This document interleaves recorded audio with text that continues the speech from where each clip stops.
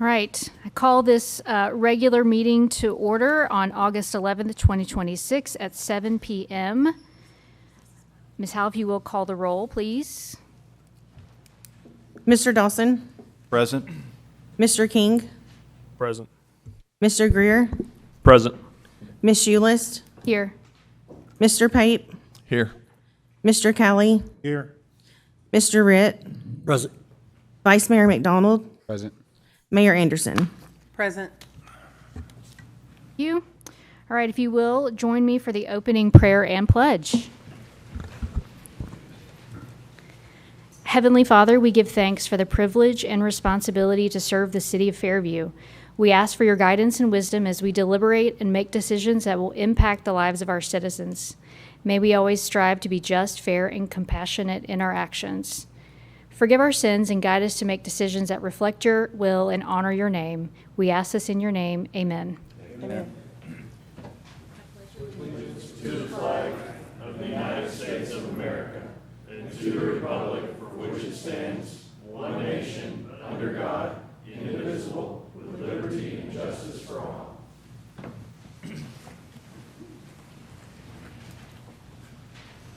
Before we begin, I want to make an announcement about citizens' comments. Many of you are here for a public hearing, and there was a mistake on the information that went out. There is no public hearing at any planning commission meeting. Any public hearing will be on the second reading of whatever agenda item is on. So, for example, if something passes tonight or is recommended for approval, it will be on the October Board of Commissioners agenda. So with that, we do have we have the first 5 citizens' comments tonight at 3 minutes each.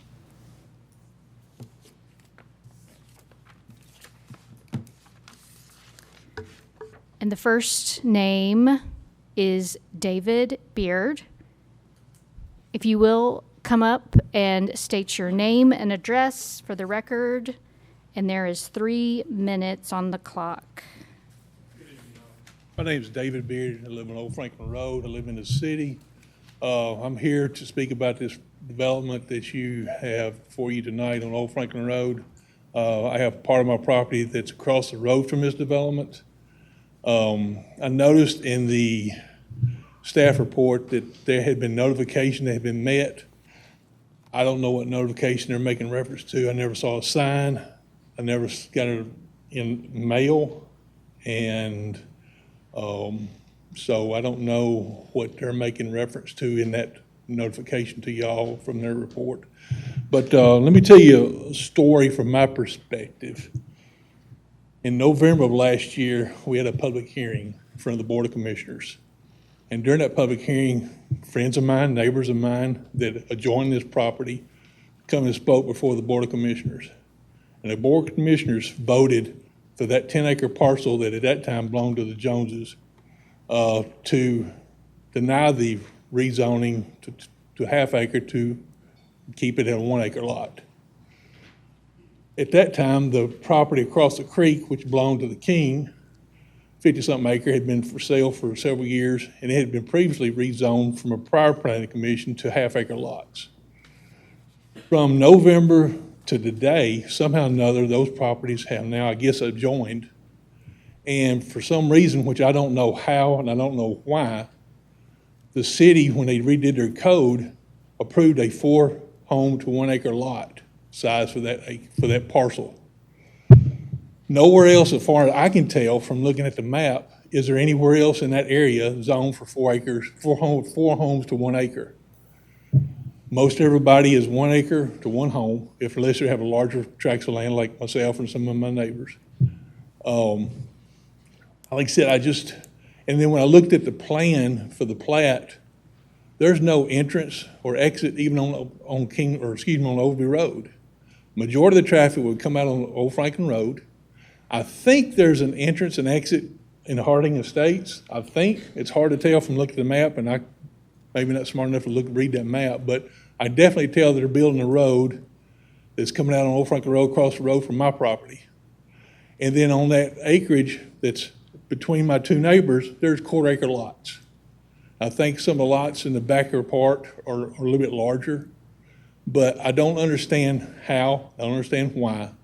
And I'm kind of left in a disappointment that when we left that meeting in November, we felt it was going to remain 1 acre lots. And then we come here today, and it's totally changed.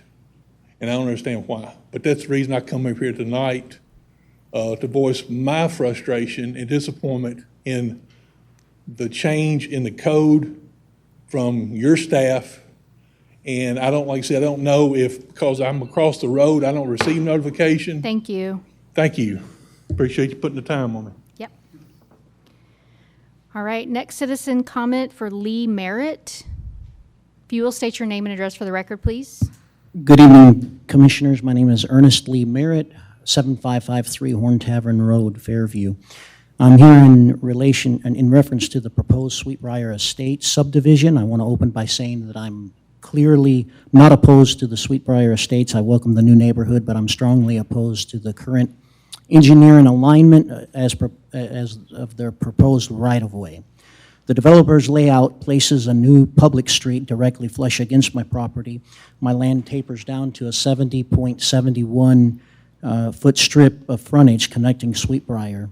By putting a public right-of-way on my line, the town setbacks will be measured from the new road edge and will completely erase any ability I have to utilize that 155 feet of road access. I would be forced to permanently pay taxes on a heavily restricted strip of land rendered structurally useless. Worse, constructing a raised public bed right against my boundary line creates a major water drainage hazard. According to sheets C5.0 and C5.1 of the developer's plans, the natural terrain slopes this elevated roadway turnaround will act as a physical dam, blocking historical drainage and trapping stormwater runoff. Under Fairview planning regulations, the developer cannot build infrastructure that creates an active drainage or flooding liability for the established neighborhood. I'm here tonight to ask that that the road be shifted, the proposed right-of-way inward toward the center of their parcel to create a perimeter buffer to handle the road slope grades and drainage on their acreage, preserving my property and zoning rights. I ask the Planning Commission to defer approval of this preliminary plat tonight and to give A1 Home Builders time to either adjust their engineering layout inward to fix this drainage and setback problem. Thank you. Thank you. All right, third citizen comment tonight is from David Whitmouth. If you will state your name and address, please. Ma'am, my name is David Whitworth, and my address is 7300 County Line Road. Good evening, and thank you for your time. My name is David Whitworth, and I own property adjacent to 1550 Highway 96 and 7110 County Line Road. I'm here tonight to oppose the rezoning of both parcels from their current CD2 rural and CD4C designations to SDLI light industrial. Oh, yes, ma'am, thank you, I apologize. At last month's meetings, I shared some concerns about the traffic impacts this change might cause. I also pointed out that the city's own staff report, along with the original 2019 annexation notes, indicate that light industrial zoning isn't truly compatible with the character of our neighborhood on County Line Road. Tonight, I want to briefly talk about the precedent this decision could set for our community's future. The reality is this parcel isn't unique. There are several larger pieces of property along Highway 96 and County Line Road that are currently zoned rural and residential, and they share very similar characteristics. If you approve an industrial rezoning here tonight, it naturally opens the door for other property owners of nearby 20, 40, 60, or even 200 acres, 200 plus acre parcels to reasonably ask for the exact same treatment. If that happens over time, instead of the walkable neighborhood corridor near the interstate that our city has planned for, the I-40 corridor might instead transition into hundreds of acres of warehouses and industrial facilities. We already have a wonderful acre for Fairview families to live, work, and shop. I just ask that we don't accidentally set a precedent today that changes the face of our neighborhood tomorrow. Thank you for listening, and thank you for protecting our neighborhood.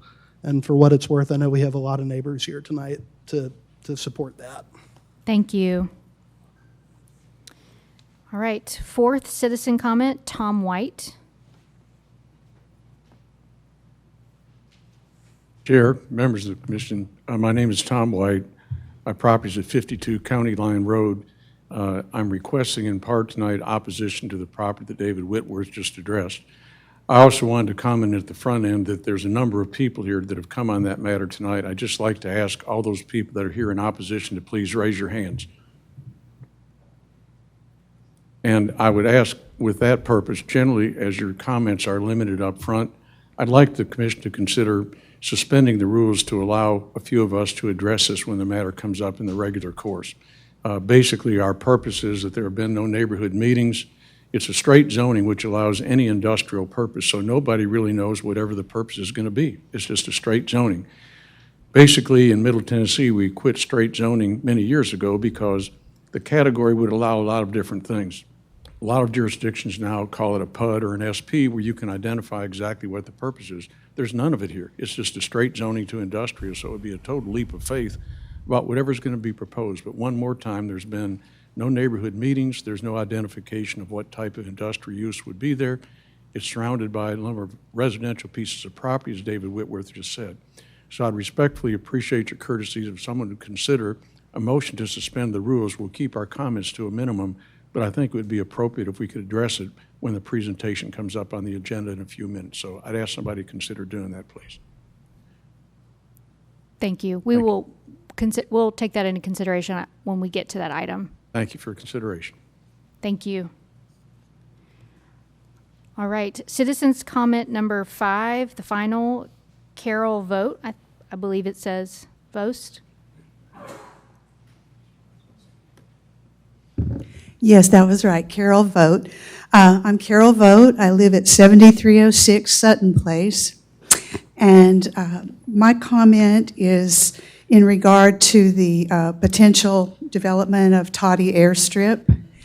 And in our residential cul-de-sac, we were country before country was cool. We've all been there a long time. As the weather has gotten more extreme and more development has come along, we get a lot of stormwater washout up there, and we're concerned about that. I just found out today, and I took a look at Achiever Development's plan for Toddy Airstrip, and I must say that we were, myself, I won't speak for my neighbors, but I'll speak for me. We were pleased that we saw the retention ponds, and we hope that Achiever Development and anyone else with the city that might have any jurisdiction over how they proceed as builders can keep us in mind and keep that stormwater high at the top of the agenda, because it's very important to keep our old neighborhood stable. And since I live in the house that old Mr. Toddy built back in the day, he might come back and haunt us if we don't make sure that stormwater gets abated. So anyway, that's all I have to say. Thank you. Thank you. And just a reminder for those that arrived late, there will be no public hearing tonight. There are only public hearings at the second reading of any agenda item at the Board of Commissioners. So just a reminder. Moving on to item number 5, I will entertain a motion to approve for the August 11th agenda. Make a motion to approve the agenda? Second. Callie and Greer. Ms. Half, you will call that vote. Mr. Kelly. Mr. Kelly. Mr. Greer. Aye. Mr. Dawson. Aye. Mr. King. Aye. Ms. Ulyss. Aye. Mr. Pape. Aye. Mr. Ritt. Aye. Vice Mayor McDonald. Aye. Mayor Anderson. Aye. All right, motion passes 9-0. Item 6, approval of minutes from July 14th, 2026 regular meeting. I'll entertain a motion to approve. Make a motion to approve minutes? Second. Callie Greer, Ms. Howell, Mr. Kelly. Aye. Mr. Greer. Aye. Mr. Dawson, Aye. Mr. King, Aye. Ms. Ulyss, Aye. Mr. Pape, Aye. Mr. Ritt, Aye. Vice Mayor McDonald, Aye. Mayor Anderson. Aye. Motion passes 9-0. Moving on to item 7, old business. Item A, PC Resolution PC 2326, Tree Bank Fund Request from Crylike Plaza, map 42, parcel 126.01, acreage 1.79, current zoning commercial general, property owner Harold Cry. Staff, if you will. Thank you. This item was on the July 14th, 2026 Fairview Planning Commission meeting agenda. That item was deferred into this agenda here tonight. Just a summary review of the request. It was a request to make a contribution into the Tree Bank Fund for property located at 2135 Fairview Boulevard. This site has been graded to create a commercial pad in order to sell the property. At this time, staff's had some pre-application meetings with the developer for these properties. Separate developer, a project development plan has not been submitted, but we do anticipate that coming soon. The applicant that has made this request tonight for the Tree Bank Fund created a tree survey of the property, indicated the trees that were present on site, the ones that would be removed, also created a landscape plan to indicate trees proposed to be installed. These were all along the property boundaries. At the time, the site has been graded. At this time, the site has been graded. No trees, as shown on the landscape plan, has been installed. Given that no trees shown on that landscape plan have been installed, that was 888.5 caliper inches that had been removed. And since no caliper inches has been replaced, the Tree Bank Fund is $50 per caliper inch not replaced, and so that makes a total contribution of $44,425. Staff did want to just remind the Planning Commission, this request for the Tree Bank Fund is found under Section 2-103.4 of the Fairview Design Review Manual. It provides the opportunity for the applicant to request this exception to make a contribution. That same section also provides another exception request, which is to plant trees in public areas that would be designated by the city planner, approved by the Parks Commission, and ultimately species and location approved by Planning Commission. And I believe there is a representative here this evening that can address any questions you all may have. Sure. I'll entertain a motion to approve this item. Make a motion to approve PC 2326. Second. Ally Dawson? Yes. Right. If the representative would step up to the podium, state your name and address for the record and anything you want to add. Sure. My name is Jason Murphy. My address is 2311 North Berry's Chapel in Franklin. And I want to begin by apologizing for not being here last month. Certainly could have been here and would have been here. I was just, I guess, falsely under the impression this was maybe an administrative, something that could happen.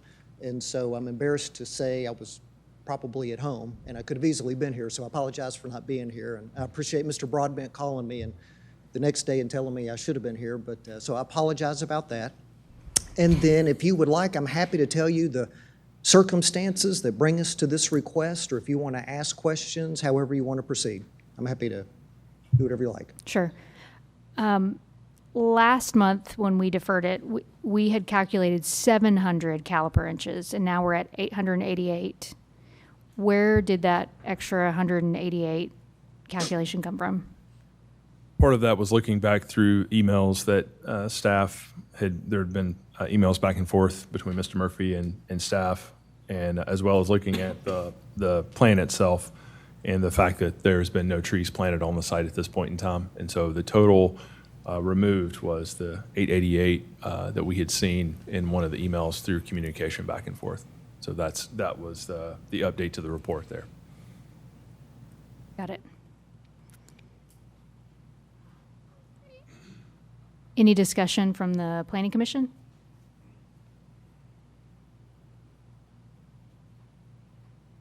Again, I'm happy to tell you. Madam Chair. Yeah. Madam Mayor?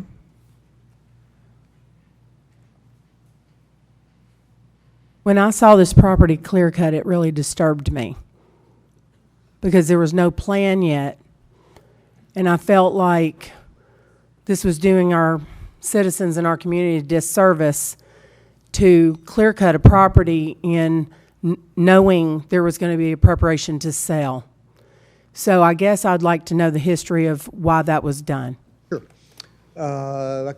Shorter version is there were two owners of the property, a partnership, if you will, and the intent was to grade the site, get it ready, and then figure out if there was going to be a retail center or something to happen on that site. As that got in motion, one of the partners passed away, and so it was left to the estate to figure out the estate so that both partners, the CRI and the estate, could come together and move forward. And as we started to try to move forward on that, it kind of became clear that the other partner in the deal kind of didn't have the wherewithal or interest of moving forward with developing the site, doing a retail center, leasing, maintenance, and all of that. So we kind of came to the conclusion the easiest thing for all parties to do would just be to sell the property and the partners could go their separate ways, CRI and the estate. During that time, there was a grading plan approved with a landscape plan that has not been installed yet. During that time is when it became apparent that this tree fund contribution could be made. And as we, as the owners, if you will, were talking to potential buyers about, what are your intents with the property, and we're sharing plans and talking it all out. We let them know that, we've got the grading done, but we haven't done the landscape plan yet. And in talking with them, they said, well, we don't know what our plan is going to be or what the city is going to want. We probably are going to grade more on the site, do retaining walls and stuff like that. And so if you guys put in the landscaping, we're probably going to doze a lot of it out and just burn it. So in that time frame, when the idea of the tree fund came to light, it just seemed the best decision of, well, we could make the tree fund contribution to the city could have those funds, and then the buyers of the property, when they come with their plan, then the city would say, here's the landscaping that we want under the new regs, and the city would approve, the permanent landscape plan moving forward, and also receive the tree fund money, and we wouldn't have installed landscaping that in 6 months would have been dug up and burned. So it kind of just made the most natural sense to go this way of making the tree fund request. It's as simple as that. And since then, the property has sold for what it's worth. The money that's in the tree fund amount that you've calculated is in an escrow account. And if you see to approve it tonight, all I need for the estate on the other end is, authorization that the resolution is passed and the money's in an escrow account. I could have you the check by the end of the week, probably. We just didn't want to plant it and then just rip it up and burn it. We could have given the Probably city the not funds. burn it, Yeah. but Or yeah. landfill or whatever. you Yeah. wouldn't get a burn permit for the highway. But Yeah. so staff, let's recap the options that we have that you gave us last Planning Commission meeting. Well, I think Mr. Murphy's kind of, not in so many words, kind of recapped them a little bit. Obviously, they have a landscape plan.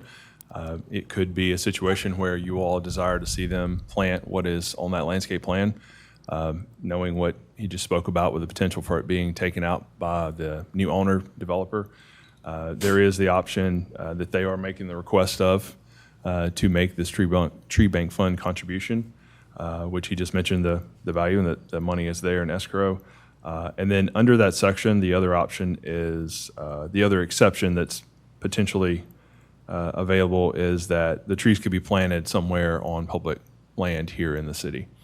Those locations would have to be approved or designated and approved by city planner, parks director, and then ultimately by you all on the planning commission. So that's really kind of the three three approaches that you have in this situation. They could plant what's on the plan, make the contribution, or there is the potential within that same section of trees being planted on public property within the community. And how many trees? Who determines that? Is it, what was the landscape plan? I do not remember the total number on that plan. I don't have it right in front of me. I don't remember the total number. But yes, I believe it's kind of an understood that it would be an equivalency of the number of trees proposed would be the number of trees planted in another location within the city. Can you do a recap on, for everyone listening, how, after someone's clear cut a property, how we determine exactly how many trees and how large they were on a piece of property? Could you repeat the end of that question? I'm sorry, I was trying to read something here on this. Okay, so when someone decides to clear cut a piece of property before the actual trees are determined, the size, the caliper, and how much they'll pay into the tree bank, how do you go after the fact and determine exactly how many trees were taken out and how much money they're supposed to pay? Well, in this case, they did provide, you do see on the screen, you will see the landscape plan, but on that landscape plan, it does show the trees that were removed. So in this case, we do know the caliper inches removed, which is where we have the 888.5 caliper inches removed. So in this regard, they did have a tree survey, and we do know the amount removed. In a scenario where we didn't have the tree survey, we haven't had that situation in the city, so I'm not sure how we would calculate that. Maybe some type of we may have to go back and look at aerial maps. There is a process in the design review manual where you can look at and take a percentage of the area, and estimate the caliper inches that would be in a particular area. It's a process we haven't. It's not spelled out in the review manual, but if we did not have the information like we do, we would probably have to create something through aerial maps. But in this case, we do know the inches removed.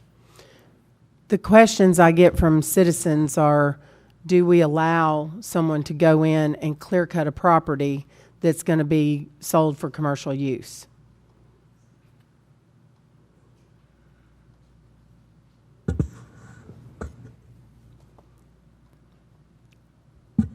No, we do not allow that.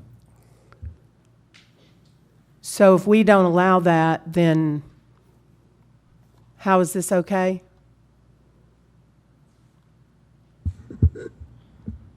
It's a difficult question to answer. I would say we have two types of grading permits. Ones that go through the standard process of getting the development plan approved, and then construction plans approved, and then a grading permit.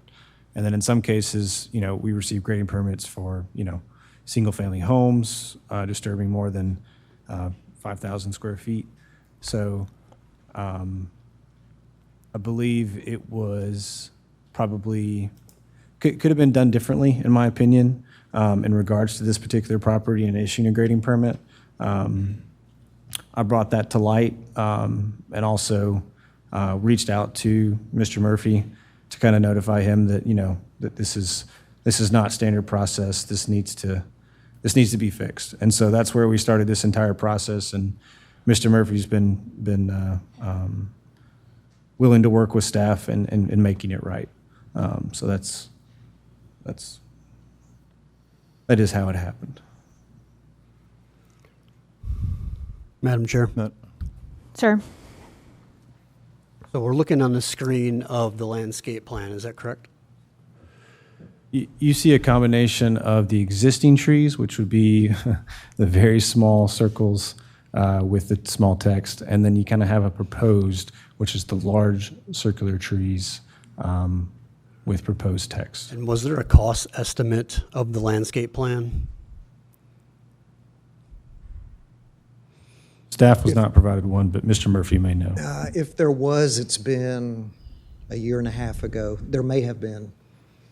But it's all when it happened with the passing of the partner and the estate, we just kind of cooled the engines. And a new buyer came along, and we just went down the road of Tree fund sounded like a great idea.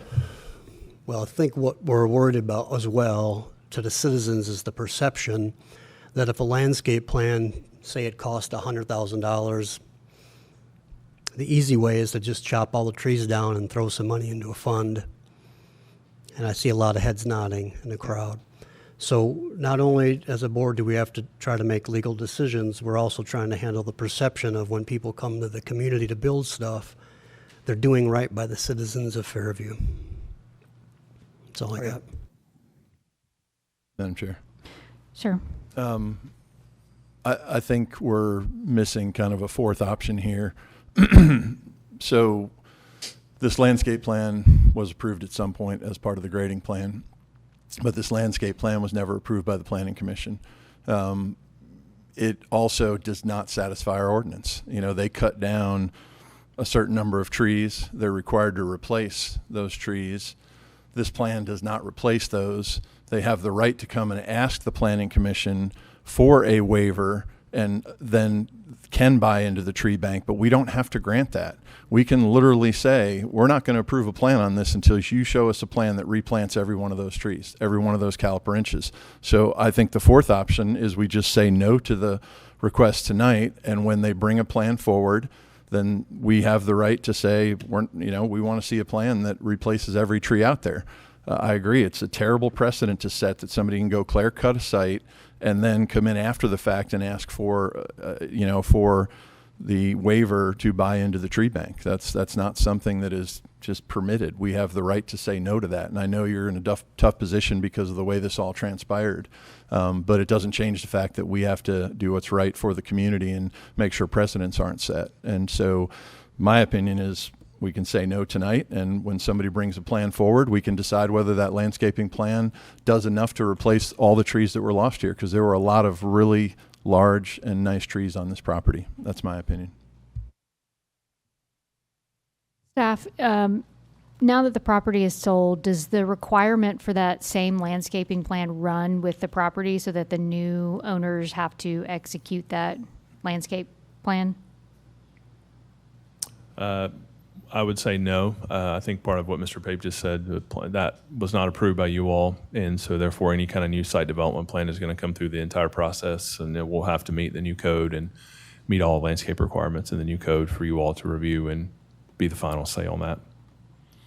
So that would not hold true. I mean, they may want to use that as a basis, but not that exact plan. They will still need to meet the requirements of the code as of today, or as of our new code. Madam Chair, may I add a point of clarification? Sure. So there's a lot of options that the applicant has, but there's really only one option for the board tonight. It's to approve or deny this request. And if the board chooses to deny the request, then the applicant can pursue any of those other options and bring a fresh application. So while there's other things out there, the question before you is to approve or deny this specific request this evening. Understood. And if I may, just from our perspective, our engineers, there's nothing underhanded, I think, on our end. Our engineers presented a plan, got all its approvals. Landscape plan was part of that. So we were just moving down the road to get the site ready, figure out what we're going to do, and then the world turned upside down and decided that we would sell it. And it just made sense instead of planting the landscaping. Yeah. And maybe have it all ripped out, or a lot of it ripped out, just make the contribution to the city and move forward. Sure. And it complicates things now because we don't own the parcel anymore, but we're willing to, be good business partners. Sure. Any further comments, questions from the Planning Commission? Madam Chair, I've got one question. Sure. And just so I have clarification on this, we did approve the grading plan, the city did. And did we have the opportunity to stop the clearing of that property at that time? I'm not sure I understand the question. Apologies. So we approved the grading plan. We did. And what opportunity do we have to say, okay, you're not going to clear cut the property? The grading plan is a required item for a grading permit. And so Okay. the grading plan is reviewed before that grading permit can be issued. Okay. And when we did that, did we have the opportunity not to grant that grading permit for them to clear cut the property? Are you asking if I had the ability to deny the grading permit? Yes. With every grading permit, there's an ability to approve or deny. Okay. I'm just trying to think here, did we have the opportunity to say, okay, we're not going to have this property clear cut? Was there an opportunity for the city, with the city, for us not to be in this situation today? I would say so, yes. Okay. All right.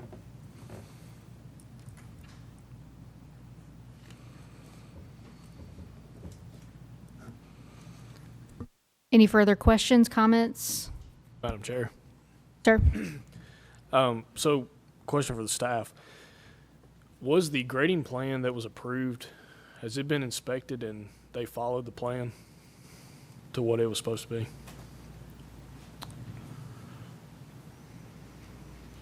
The answer is no, because there are particular infrastructure requirements needed in order to require as-builts. This is a grading plan, and we don't require as-builts because there's no bonding, there's no recorded plat. It's not, that doesn't follow that standard process. I guess just for my clarity, and I think hopefully for other people too, I'm just trying to fully understand what entirely the applicant did wrong, which it sounds like the majority is they just did not complete their scope of work that they said they would to the city.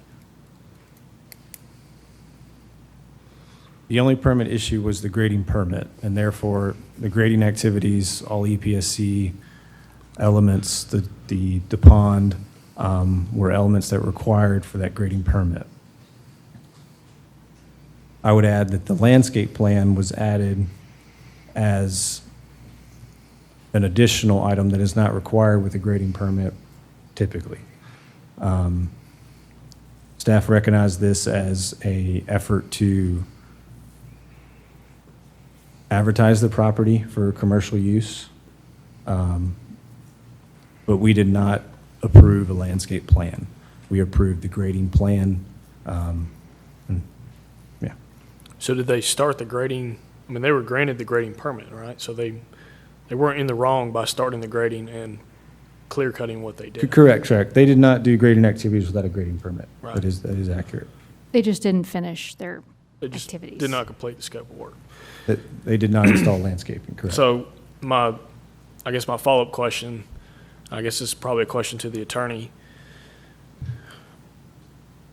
Whatever we do tonight, if these property owners have sold the property, I mean, what do they have bound to us to make this right beyond if we say no tonight? How are they tied to this still? They're to still come back bound with by the one? requirements of the zoning ordinance and the design review manual that it was approved under. So I would encourage you to separate the approval of the permit from the requirements of the tree replacement or the tree bank requirements. Just because the permit was approved and they were allowed to do whatever they do, those other requirements were posted and they're codified, they're public knowledge, so they're still bound by those requirements. So there can be some lessons learned, I'm sure, on the permit issue, but at this point, I would encourage you to look at the review standard for whether or not an exception to the tree bank fund applies. That's really what you should base your decision on tonight. That standard they've cited in the design review manual, section 2, 103.4, but it's the same standard that's incorporated into the new zoning ordinance. And it's available where an on-site replacement can't be feasibly accommodated for lack of space as determined by the zoning administrator or the planning commission. So I would invite you to focus on that standard and to review this application against that standard this evening, regardless of whatever happened with the permit. So I understand that. I guess still just as a point of clarity, we talked about as this property changes hands, that these requirements do not follow this property. So as someone who doesn't own the property anymore, does this responsibility stay with them no matter what? I don't want to give you an off-the-cuff answer on that because it's going to affect parties that aren't before the board, but I'd be happy to take a look at that and provide a memo to the board on it. Okay, thank you. Yes, sir. Madam Chair. Sir. In the development code of the city of Fairview, there is a section, section 6.8, about tree save. Following a notice from the zoning administrator related to this section, no decision-making authority shall review or approve any application for the site from the date of violation until there are two options. One, a replacement plan has been approved by the zoning administrator and a performance guarantee for the associated replacement has been established. And two, a payment has been made to the city's tree bank in lieu of providing some or all of the required replacement trees. So, in my perspective, there are two options. Mr. Murphy and the Cry-like property have. Either they bring a replacement plan to the planning department, and our new city planner, Mr. Brown, is the zoning administrator for the code, or the planning commission approve a payment to the city's tree bank fund.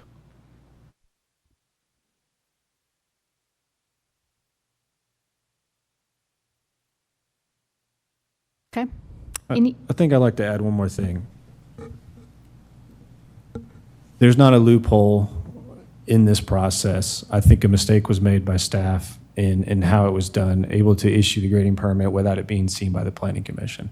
I don't think that Mr. Murphy and his partner were trying to, avoid any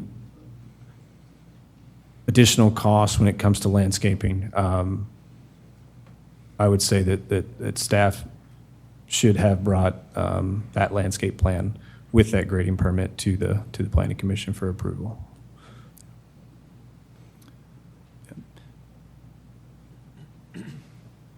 I don't know if it matters, I don't want to step in anything, but we always assumed that landscape plan and trees were part of the grading permit that had to be improved. I didn't know there was any mechanism where they might be separate from the grading permit.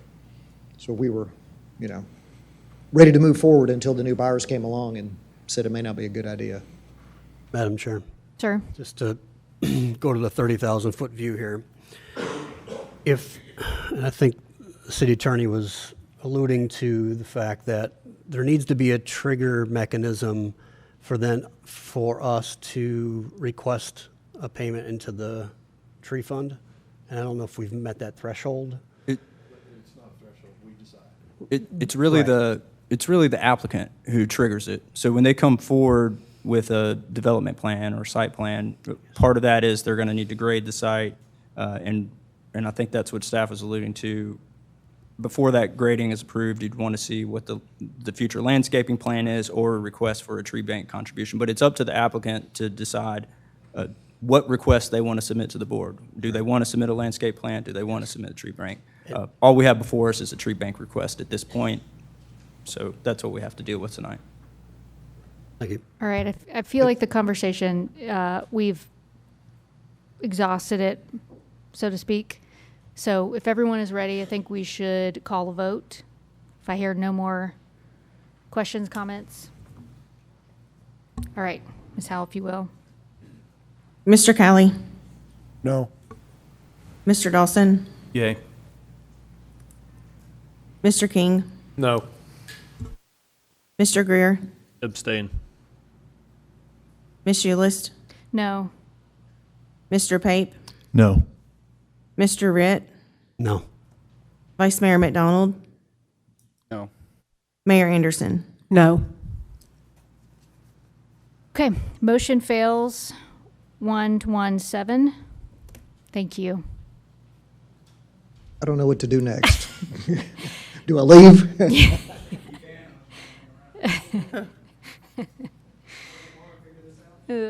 Thank you. All right. Moving on to item B, PC Resolution PC 2426, Residential Development Plan, Crow Cut Ridge Subdivision, Map 46, Parcel 16.03, Acreage 19.96, current zoning RS 20, property owner Otter Creek Holdings LLC. Move to approve PC Resolution PC 24-26. Anderson, do I have a second? Second. Anderson, Callie. All right, staff, if you will, give us your report, please. Thank you, Chair. Just to provide a summary of the project and the discussions that occurred at the July 11th meeting. Again, this project was, July 14th meeting. Project was there on the July Planning Commission meeting. At the meeting, you all added 2 amendments to the site development plan, as well as deferred the project into this agenda. Those amendments have been added to the resolution, and I will read through those at the end here. And the Planning Commission made amendments that required the driveway for Lot 101 to meet the 50-foot separation requirement found within Section 4102.1202 of the Fairview subdivision regulations, as well as meeting the minimum cul-de-sac separation distance of 150 feet from a property boundary found in Section 4-106.7.2 of Fairview subdivision regulations. The final 2 amendments were requirements for the applicant to construct improvements in 2 locations. First amendment was for the applicant to make road improvements along Crow Cut Road that include installing curb and gutter, 5-foot grass lawn, as well as a 5-foot sidewalk. The other amendment requiring the installation of improvements was to construct the proposed greenway as shown in the Fairview Forward 2040 comprehensive plan, which would be located within the existing TVA easements. Related to the greenway construction, there was a note that pedestrian access be created between the greenway and Crow Cut Road as well. And again, those 4 amendments were added at the end of the staff report, as well as onto the PC resolution. There was one existing amendment from last meeting, which was the applicant shall provide an agreement with adjacent landowners for proposed off-site grading work that is related to connecting to an existing access. And so that was an existing amendment that was there before you all added the final 4. And I do believe there are representatives here tonight to speak towards this item. Thank you. If you will, sir, please step up to the podium, state your name and address for the record, please. Richard Howes with SEC 850 Middle Tennessee Boulevard, Murfreesboro, Tennessee. Thank you. All right, any questions or comments from the Planning Commission?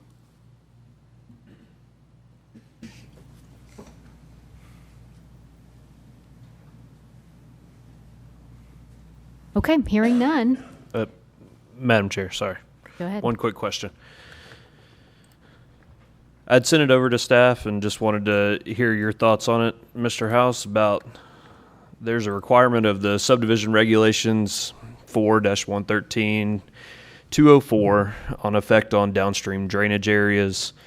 It states in our subregs that a developer shall study the effect of each subdivision on existing downstream drainage facilities outside the project area, and provide a report to the city with an analysis of the capacity of current discharge during the design storm and proposed discharge during the design storm, and to evaluate the next 2 downstream public structures to guarantee that those public structures will not be affected by the stormwater discharge from this development. And I did note in my message, I think it was forwarded to you at some point,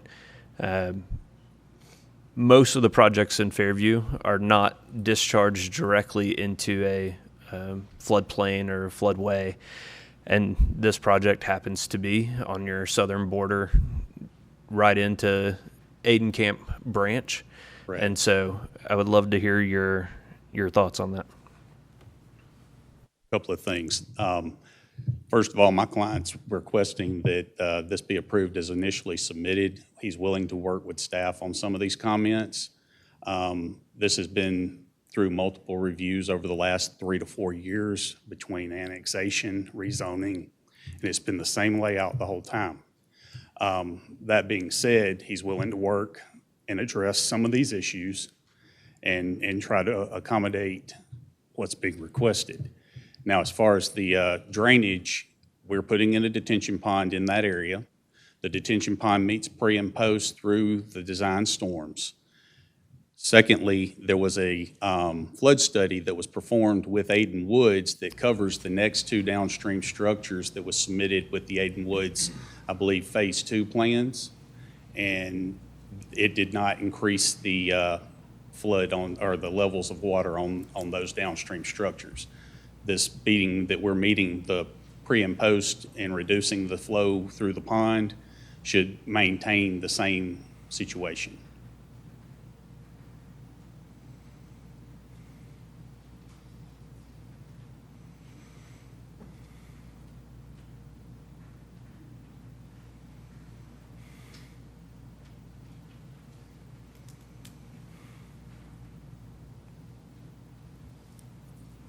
Any further questions? Comments? Madam Chair, Sir? I just want to go back to the comment about the developer wanting to have this approved based on the previous submittal.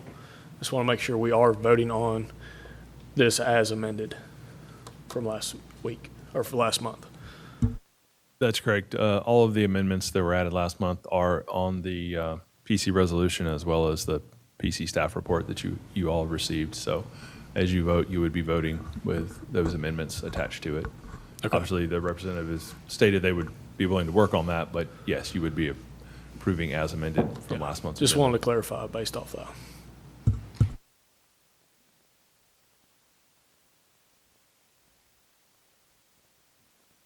Okay, if there's no further questions or comments, Ms. Howe, if you will, call a vote. Mayor Anderson, Aye. Mr. Kelly, Aye. Mr. Dawson, Aye. Mr. King, Aye. Mr. Greer, Aye. Mr. Pape, Aye. Ms. Eulist, Aye. Mr. Ritt, Aye. Vice Mayor McDonald. Aye. All right, motion passes 9-0. Thank you. Thank you.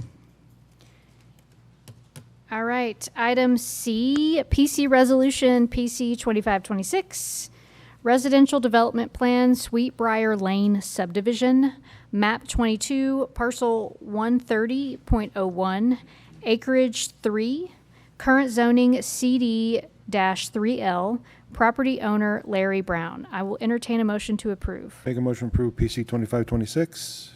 Do I have a second? Second. Callie Greer. All right, staff, if you will give us your report, please. Yes. Again, this item was on the July Planning Commission agenda. You all added 2 additions to the site development plan and deferred the item into this agenda. The 2 amendments added were to add or show a bike rack, bicycle shelter or bicycle station located along the proposed shared use path, and the developer also to construct a sidewalk along Sweetbriar Lane or pay into the sidewalk fund. Those were the amendments that were added by you all last meeting, and those have been added to the PC resolution before you tonight, as well as the PC staff report.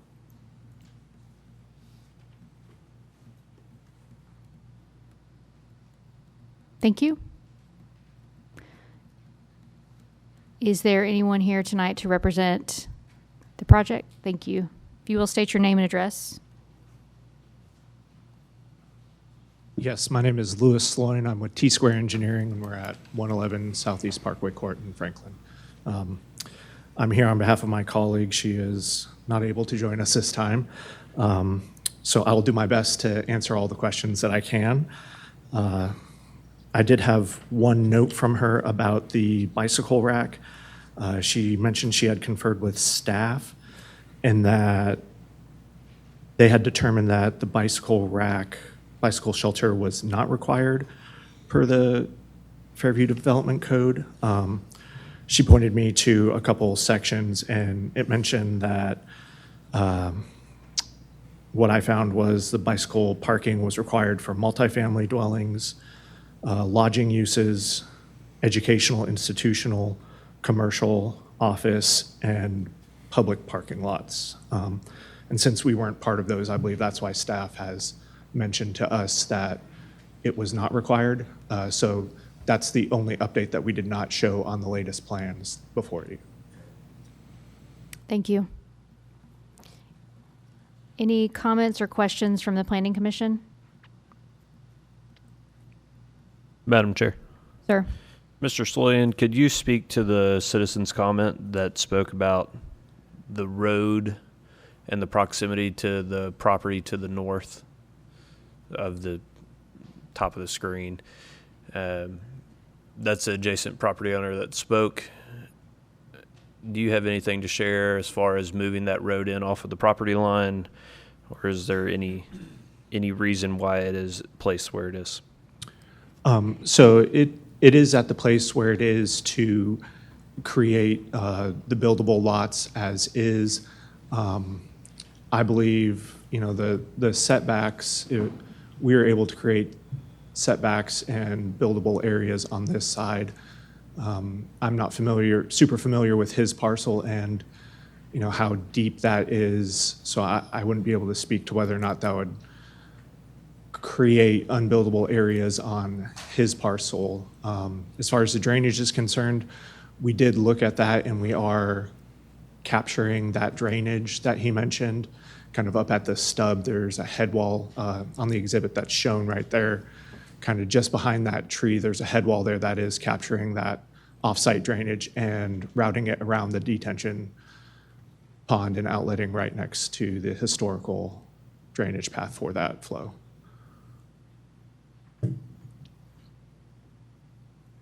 Madam Chair? Sure. Just to follow up on Mr. Greer's point, the same gentleman emailed me earlier and I asked staff about that. And relative to the setback issue with the road, staff clarified that the gentleman's lot fronts Horn Tavern on the back. So this road won't change anything relative to its setbacks. This will still be a rear setback for him, so it won't take away from the property.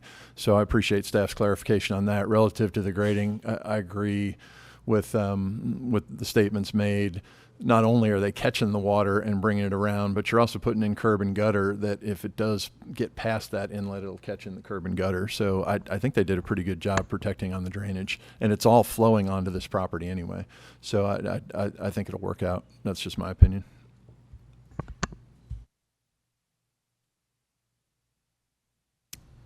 Any other questions? All right, hearing none. Ms. Howell, if you will, call our vote. Mr. Kelly. Aye. Mr. Greer. Aye. Mr. Dawson. Aye. Mr. King. Aye. Ms. Shoelist. Aye. Mr. Pape. Aye. Mr. Ritt. Aye. Vice Mayor McDonald. Aye. Mayor Anderson. Aye. Motion passes 9-0. Thank you. Thank you. All right, item D, PC Resolution PC 2826, the rezoning of 7110 County Line Road, map 19, parcel 001.01, acreage 5.05, current zoning CD2, proposed zoning SDLI, applicant Jeff Johnson, as well as a rezone for 1550 Highway 96 North, map 19, parcel 002, acreage 7.26, current zoning CD4C, proposed zoning SDLI, applicant Jeff Johnson. And Mr. White, is this the item that you were requesting suspension of rules for? Okay. So the way that this will work is it's a 2/3 majority vote after someone brings it forward in a second. So we will vote to suspend the rules. Do I have a motion on the floor to suspend the rules? Motion to suspend the rules to allow for a public hearing. Second. All right, Greer, Pape. Ms. Howell, if you will call a vote. Mr. Greer. Aye. Mr. Pape. Aye. Mr. Dawson. Aye. Mr. King. Aye. Ms. Shoelist. Aye. Mr. Kelly. Aye. Mr. Ritt. Aye. Vice Mayor McDonald. Aye. Mayor Anderson. Aye. Right. We have opened the floor for public comment. We'd like to be efficient in this area.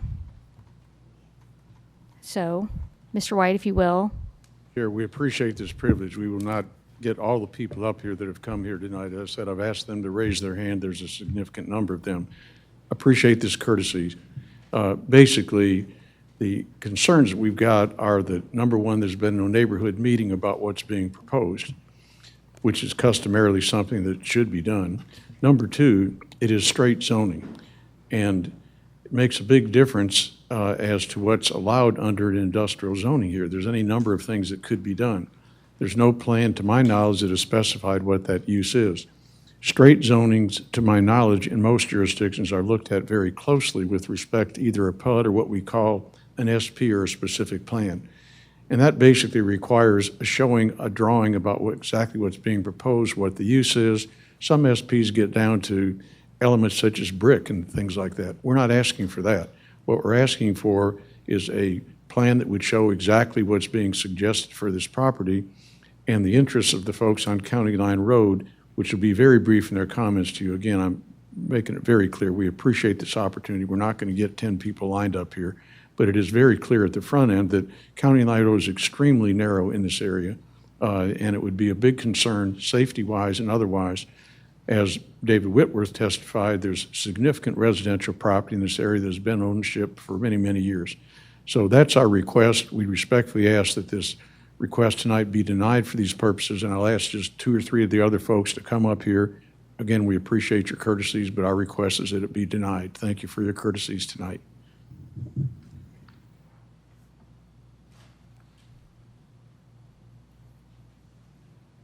Thank you for this time. I'm Bill Hostetler, and my address is 7620 County Line Road. And the intersection there is hard enough getting in and out, and I just would request that somebody ask for a traffic study before we do some kind of industrial zoning there to see if the road needs to be widened and what we can do to fix the intersection. If y'all look at the map, you can see where it's not a 90-degree intersection, and it's just something I wish y'all would look at. Thank you. Thank you.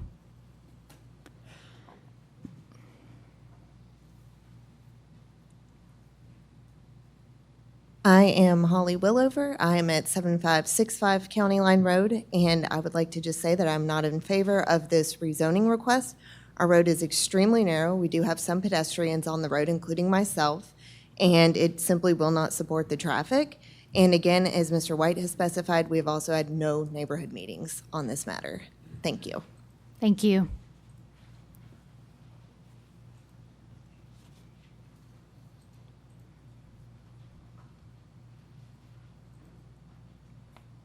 Hello, my name's Kim Frakes Rust.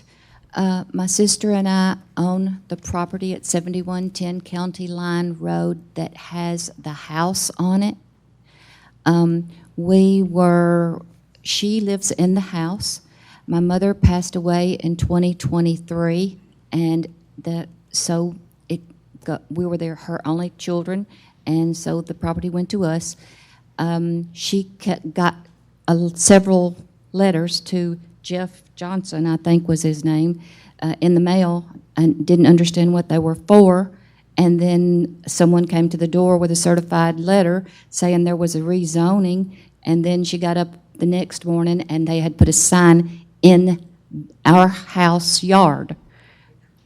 And it has all of, on the Real Tracks and Zillow and all of that, it says that the property sold on the 23rd of June, 2026 for $700,000.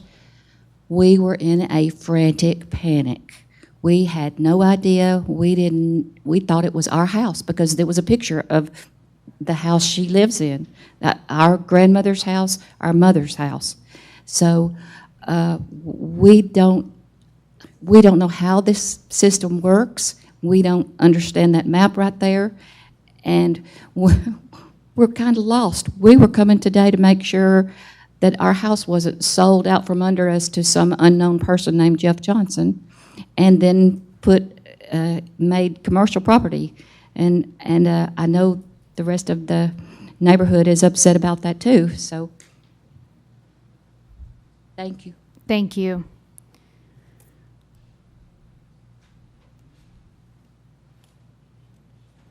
thank you for the courtesies. We're not going to ask the other people to come up. They're basically going to say the same thing. They're looking for a minimum of identification of the use, a minimum of a traffic study. Anybody that knows this intersection knows how dangerous it is. And basically, for those reasons, we would respectfully ask it be declined tonight. And out of courtesy, we're not asking the other folks to come up here. Thank you for allowing us to speak. Thank you. All right, I'm going to call for the rules of the day. All right. I will entertain a motion to approve this item for discussion. Approval, so we can discuss it.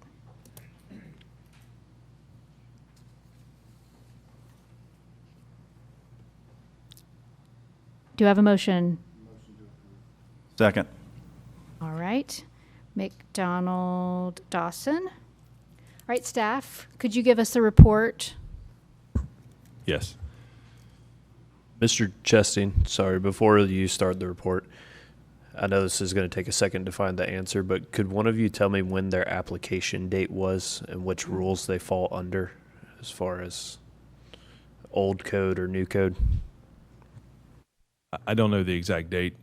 Someone else can check on that, but I know they requested the new zone districts or the character districts, current ones.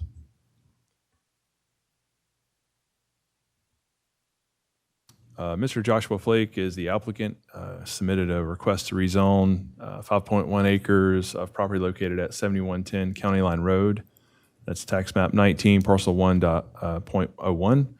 That request is from current CD2 rural to SDLI, which is light industrial special district, as well as to rezone 7.26 acres of property located at 1550 Highway 96 North from currently being zoned CD4C neighborhood corridor to SDLI light industrial special district. Property is located on the east side of County Line Road, just north of the intersection of County Line Road with Highway 96 North, and north of Highway 96, just east of the intersection with County Line Road. The properties to the north are located within Williamson County, is on MGA 1. Properties located to the west across County Line Road are located within Dixon County. Properties to the south and east are located within municipal boundaries with Fairview, currently zone CD4C.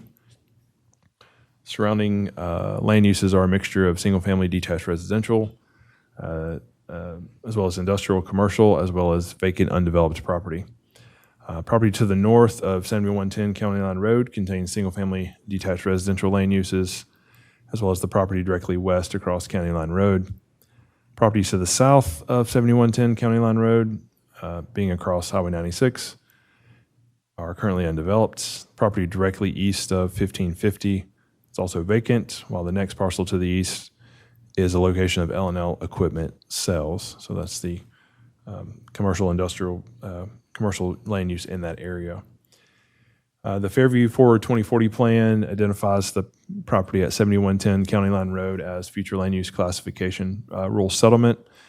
Within that, the appropriate zone districts in the 2040 plan are listed as AR15A, AR5A, RS40, RSM40, and R20 with a conservation development. Those zone district names are from the previous zoning ordinance for the city. Those zone districts transitioned to CD2, CD2W, and CD3L character districts within the newly adopted Fairview Development Code. The rural settlement future land use classification notes the two appropriate land uses as agricultural and single-family residential. The 2040 plan identifies the property at 1550 Highway 96 North as future land use classification interchange business/employment district. Future land use classification notes appropriate land uses as retail, restaurant, office, light industrial, multifamily residential, as well as civic and institutional. The business interchange future land use classification lists 7 zone districts as appropriate. Those zones are commercial interchange, commercial community, commercial mixed use, office general, industrial restrictive, industrial general, and industrial special. Again, those zone district names are from the previous Fairview zoning ordinance.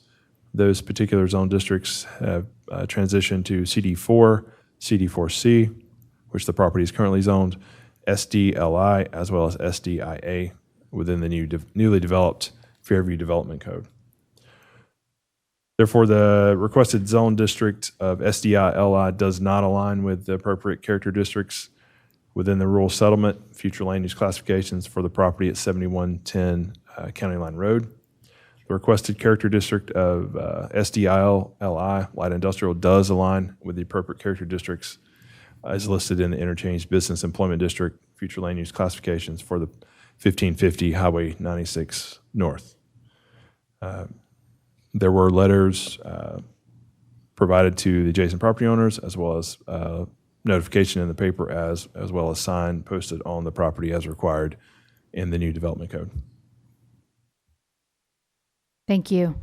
Is there a representative tonight here? And if you will state your name and address for the record, please.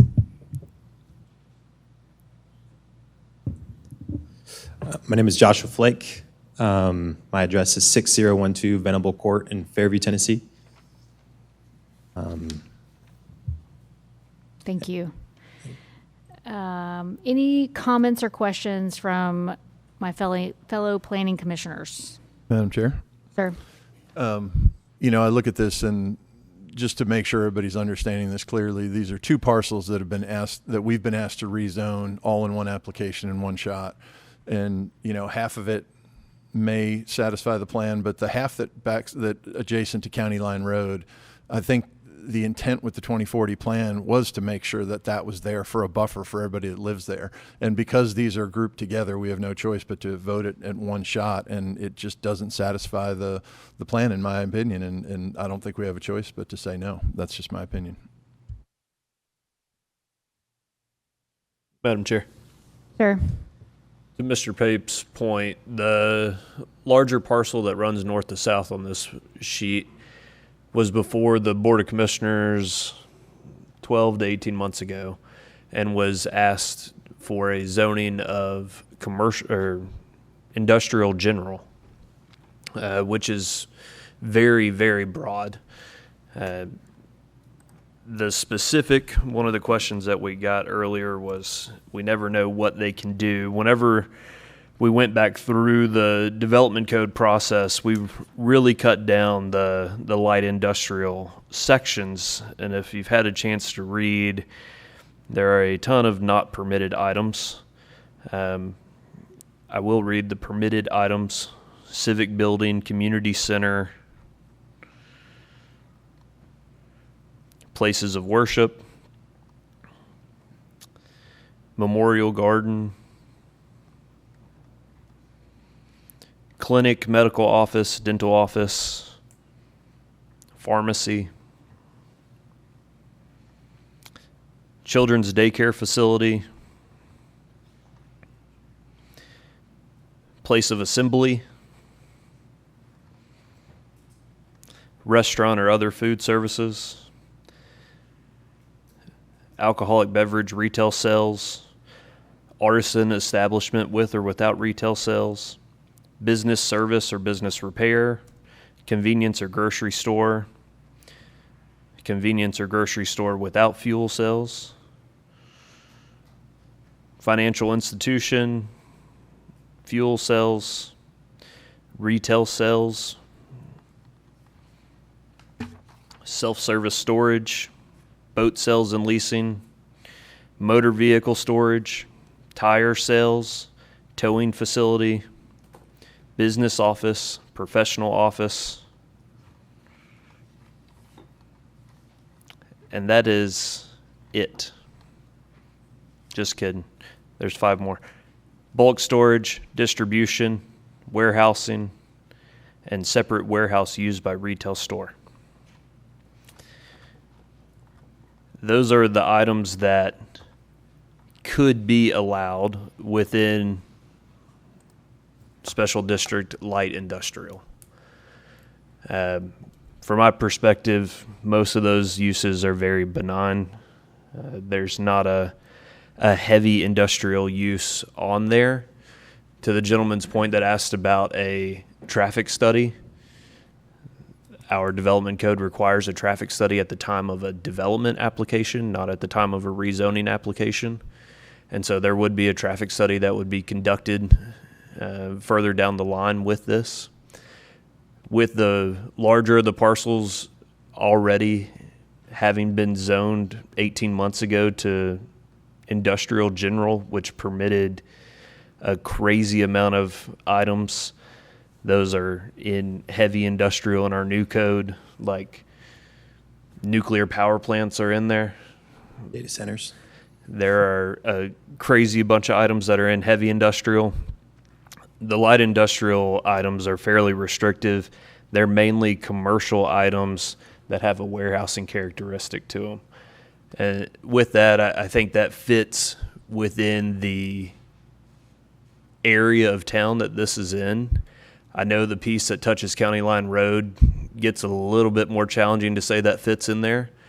But having the Bell Yard project 2 parcels down, that is essentially a large laydown yard with a auto body mechanic shop that fronts Highway 96 in the proximity to I-40. I think this is a great spot to accommodate the light industrial uses that we have in the code. Thank you, Mr. Greer. Anyone else?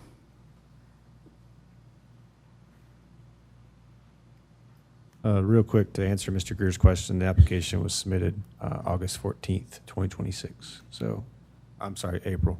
Thank you. So, after the new code.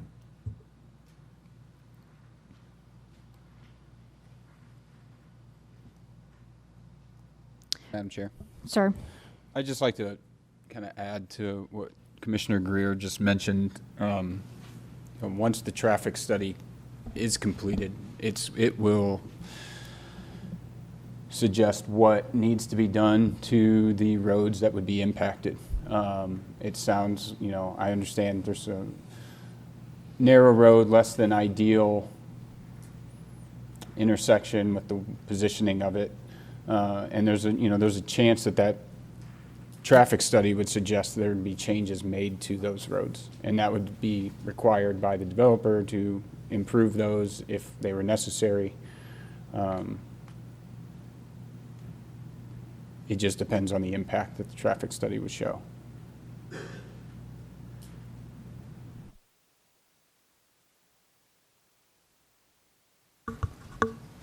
Madam Chair. Sir. Just quick comment. I do agree with Mr. Pape that I'm very much not in favor of wavering from the 2040 plan and some of the desired buffers that we have set up with that. Particularly in this case, some of those light industrial uses sound fine, daycare and such. However, I do feel as this property, that additional 5 acres opens up to a lot more of the, just opens up a lot more room for some of the more closer to heavier industrial uses that are classified in that light industrial character district. So just my comment. Thank you. Any other comments, questions? Yeah, Madam Chair. Sure. Want to echo that as well. That the citizens came up with the 2040 plan. They were the ones that determined what property was going to be subjugated to whatever we were going to put in it, right? It's difficult when we start splitting or adding properties together, right? And we have to decide what truly do the citizens want. I feel in this instance, the piece of property there on the west side, the citizens wanted that they spoke in the 2040 plan. So, thank you. All right. Any other questions? Madam Chair, may I? Sure. I'm sorry to interrupt. I did want to add something to what Commissioner Greer stated about the land uses. Completely correct what he stated. I just wanted to add in that there are certain basic manufacturing uses basic manufacturing uses that may be permitted, but those are conditional uses, meaning they are not by right uses. They would still have to meet another set of standards and go before the Board of Zoning Appeals to request those land uses. So I just wanted to add that in so you all know there are some other land uses that may be able to be located there, but they would have to go through a whole nother process and meet additional standards and be approved by the Board of Zoning Appeals for that. Madam Chair. Sure. Mr. Flake, can you identify what is intended to go on this property? I sure can. I intend to be fully transparent. As a resident of Fairview myself, having gone to elementary, middle, and high school, I would hate for my fellow citizens to be blindsided. I also, I think 7110, that's a Dixon address, correct? I'm going to stop you there, sir. You're out of order. Having a conversation with the audience Oh, is sorry. inappropriate at this point in the meeting. We've called for the rules of the day. You can address the board's questions, and they can address you, but that's where we're at now. I'm sorry, sir. That's all right. I'm not aware of the rules. But I'm happy to address these questions, particularly about the use of the property. And I have a site plan right here, and I assume that if this was to be approved tonight, this will go to a Board of Zoning Appeals, or could potentially go to a Board of Zoning Appeals, but there's no, at the present time, we haven't proposed our building plan, et cetera. But from what I understand, on the 7.26 acres, that will be where the building would be located. Any use of the 5 acres would primarily be for storage of wood materials. But on the 7.26 acres, we intend on kind of lining the face of our building with that Bell Construction building as well, kind of matching the style of that, along with the new, we intend to comply with all the new code. Since we did submit our application, after that code was approved and indemnified. So I believe at this point, that is all that is being proposed for the property. It's just a wood manufacturing facility. They will have a sawmill indoors, some dry kilns. Yeah, and I'm happy to answer any other questions about the use of the property. Madam Chair, may I add a point of clarification? Sure. I think most of the board knows this, but I'll say it for the wider audience. The Planning Commission's role tonight, under the code 8.5.18H, is advisory. The Planning Commission doesn't do zoning. That's a legislative act that has to be done by the BOC. So the decision tonight is purely advisory. It's that way in the code by design. Your decision needs to be based on the grounds that are listed there in section 8.5.18H, which staff has already opined on in their staff report, and you're free to adopt those or make additional findings. But I would just encourage you to, I know that most of you know that, but I wanted to state it for the larger audience. This is purely an advisory decision. It'll have to go for 2 readings before the BOC, before an ordinance can pass to change the zoning. The second thing is, I'm no reason to doubt that the applicants made a good faith representation on what they plan to do on the site, but once you change the zoning, that's not binding. Anything that's allowed in that zoning district will be allowed. So just wanted to remind the board of that. I know most of you already know. Thank you. Thank you for that reminder and clarification. All right, any further comments, questions before we take a vote? All right, hearing none. Ms. Howell, if you will. Vice Mayor McDonald, Aye. Mr. Dawson, No? Mr. King, No. Mr. Greer, Aye. Ms. Ulist, Aye. Mr. Pape, No. Mr. Callie, Aye. Mr. Ritt, Aye. Mayor Anderson. All right, motion passes 6-3. Thank you. All right, moving on to item 8, new business. Item A, PC Resolution PC 2926, annexation of 2958 Fairview Boulevard, map 69, parcel 007.00, acreage 15.01, current zoning is MGA 1, property owner Joe Chapdelaine. I will entertain a motion. Motion to approve PC 2926. Second. That's Callie and Greer. Staff, if you will give us your report, please. Be glad to. Thank you. Mr. Chapdelaine has submitted on behalf of himself, the owner, an annexation request for the property located at 2958 Fairview Boulevard. Parcel is more specifically identified as tax map 69, parcel 7.00. As stated, the property contains a total of 15.01 acres and currently zoned Williamson County MGA 1. Parcel is located within the urban growth boundary of the city of Fairview. Additionally, the parcel is contiguous to the current Fairview municipal boundaries due to the Fairview Boulevard right-of-way being located within municipal boundaries of Fairview, as well as the adjacent property to the east, tax map 69, parcel 11.01, also being located within the Fairview municipal boundaries. Parcels located to the north and south and west are located within Williamson County and Zone MGA 1. The parcel to the east are both located in Williamson County and City of Fairview. The parcel located within City of Fairview is on CD2 Rural. All the surrounding property does contain single-family detached residential land uses. Fairview 2040 Comprehensive Plan designates this property as two different future land use classifications. One is rural settlement, the other is rural corridor. The rural corridor classification is located closest to Fairview Boulevard. The 2040 plan lists similar appropriate zoning districts for both of those future land use classifications. They list AR 15A, AR 5A, and RS 40. Again, those are zone district names from the most recent Fairview zoning ordinance. Those were replaced in the new Fairview Development Code, adopted on April 2nd, 2026.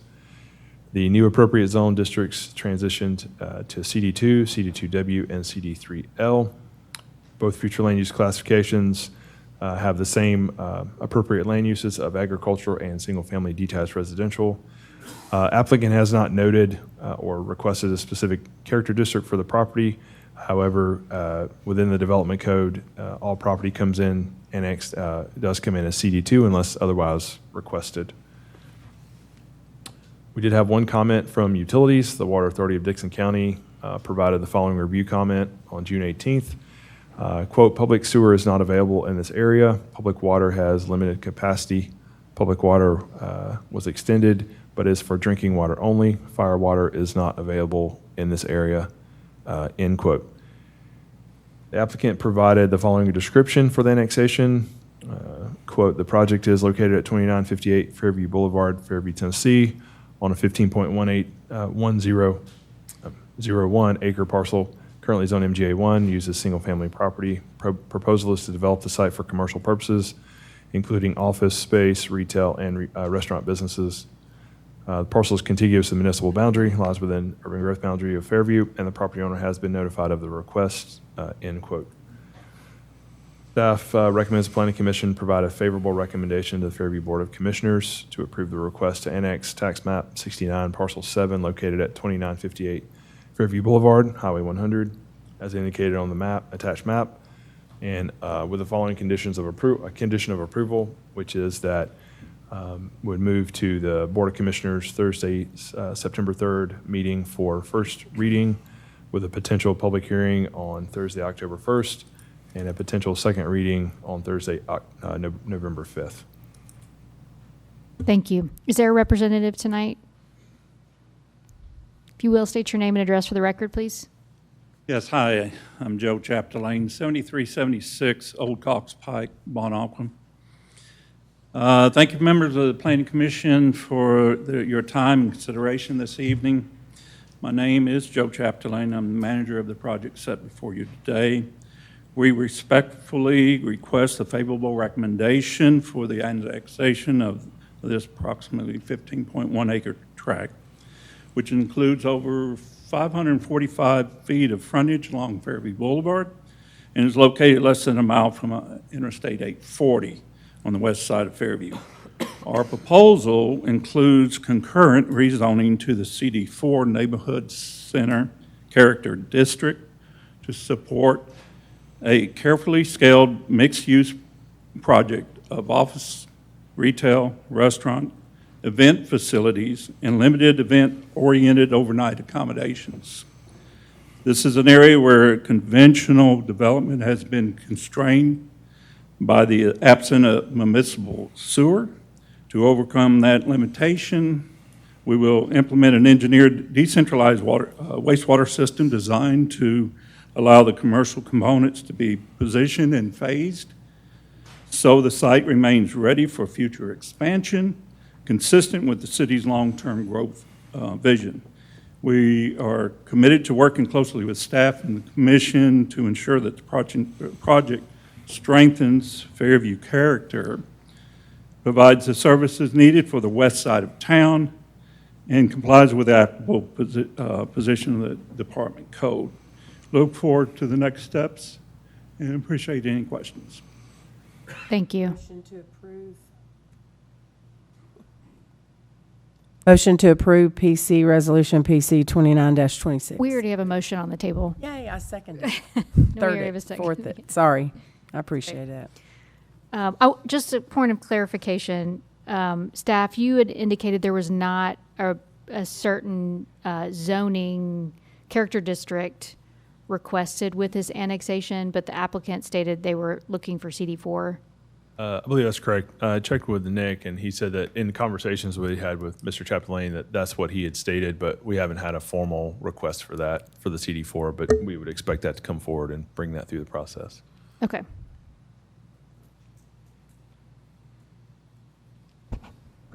Any other questions? Madam Chair. Mr. Greer?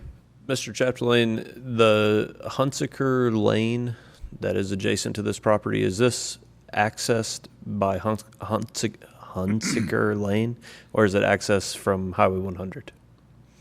Hunsaker Lane is a 50-foot ingress-egress easement that services 5 residential 5-acre lots in the rear.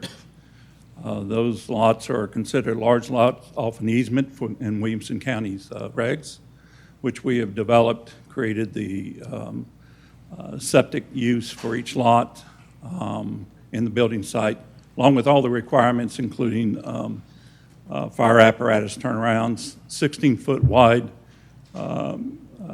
asphalt. We've just recently asphalted the drive, but 16-foot wide with turnarounds at 4 different locations at a minimum of 1,000 feet. The drive is about 3,100 feet. As I mentioned, it picks up on Lot 1, as you see at the top of the drawing there. That's the first residential lot. Everything else that we're considering as Track 1 is what we're annexing into the city. For the commercial, for the CD4 zoning.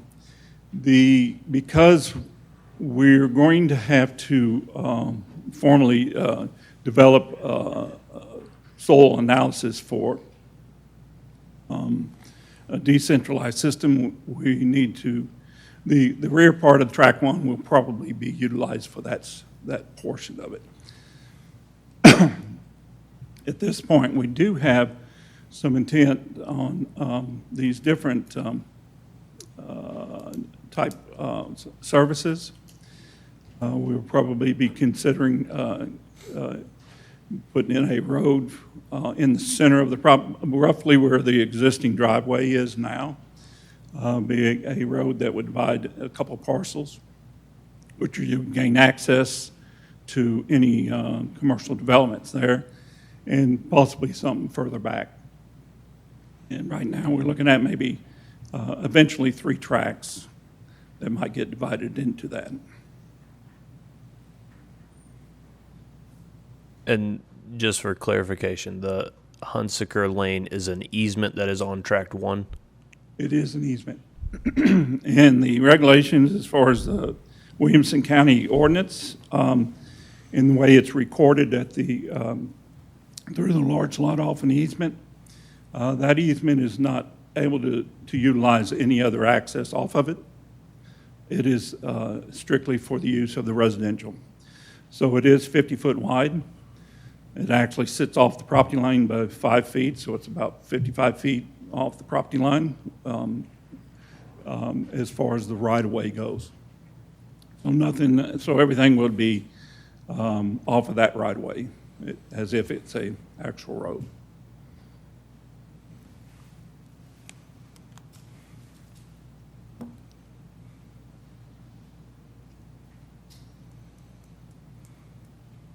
Just for clarification, if this is to be annexed, it would come in as a property zoned CD2, which permits one home per 3 acres. If I may, I was under the impression that in this first meeting, I can ask for the CD4 to be as part of the request. Staff, would this be a condition of approval?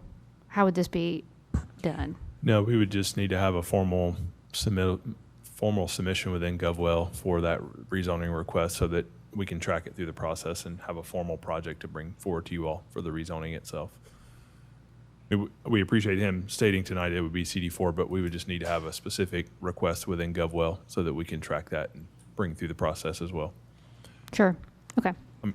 Obviously, the property needs to be annexed completely before it can be rezoned to a city Sure. character district.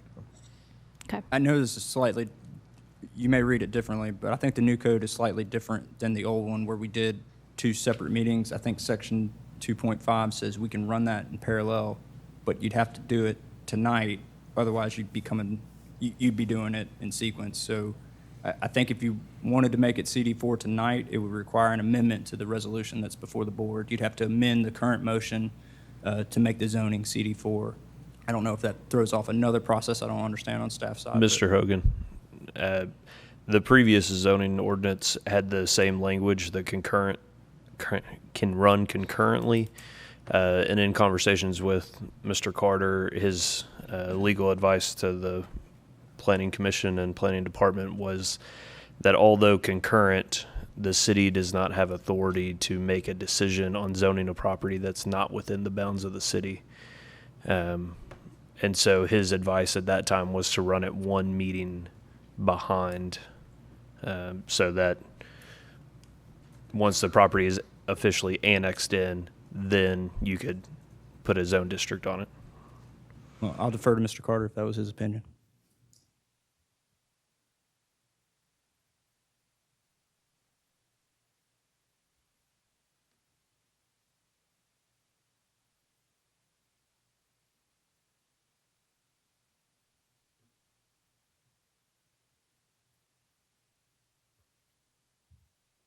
Mr. Greer, I would ask on that, you spoke with Mr. Carter on that specifically, not myself. Did he speak specifically on the request coming at that meeting, and that could be amended to be allowed in that, in the meeting itself?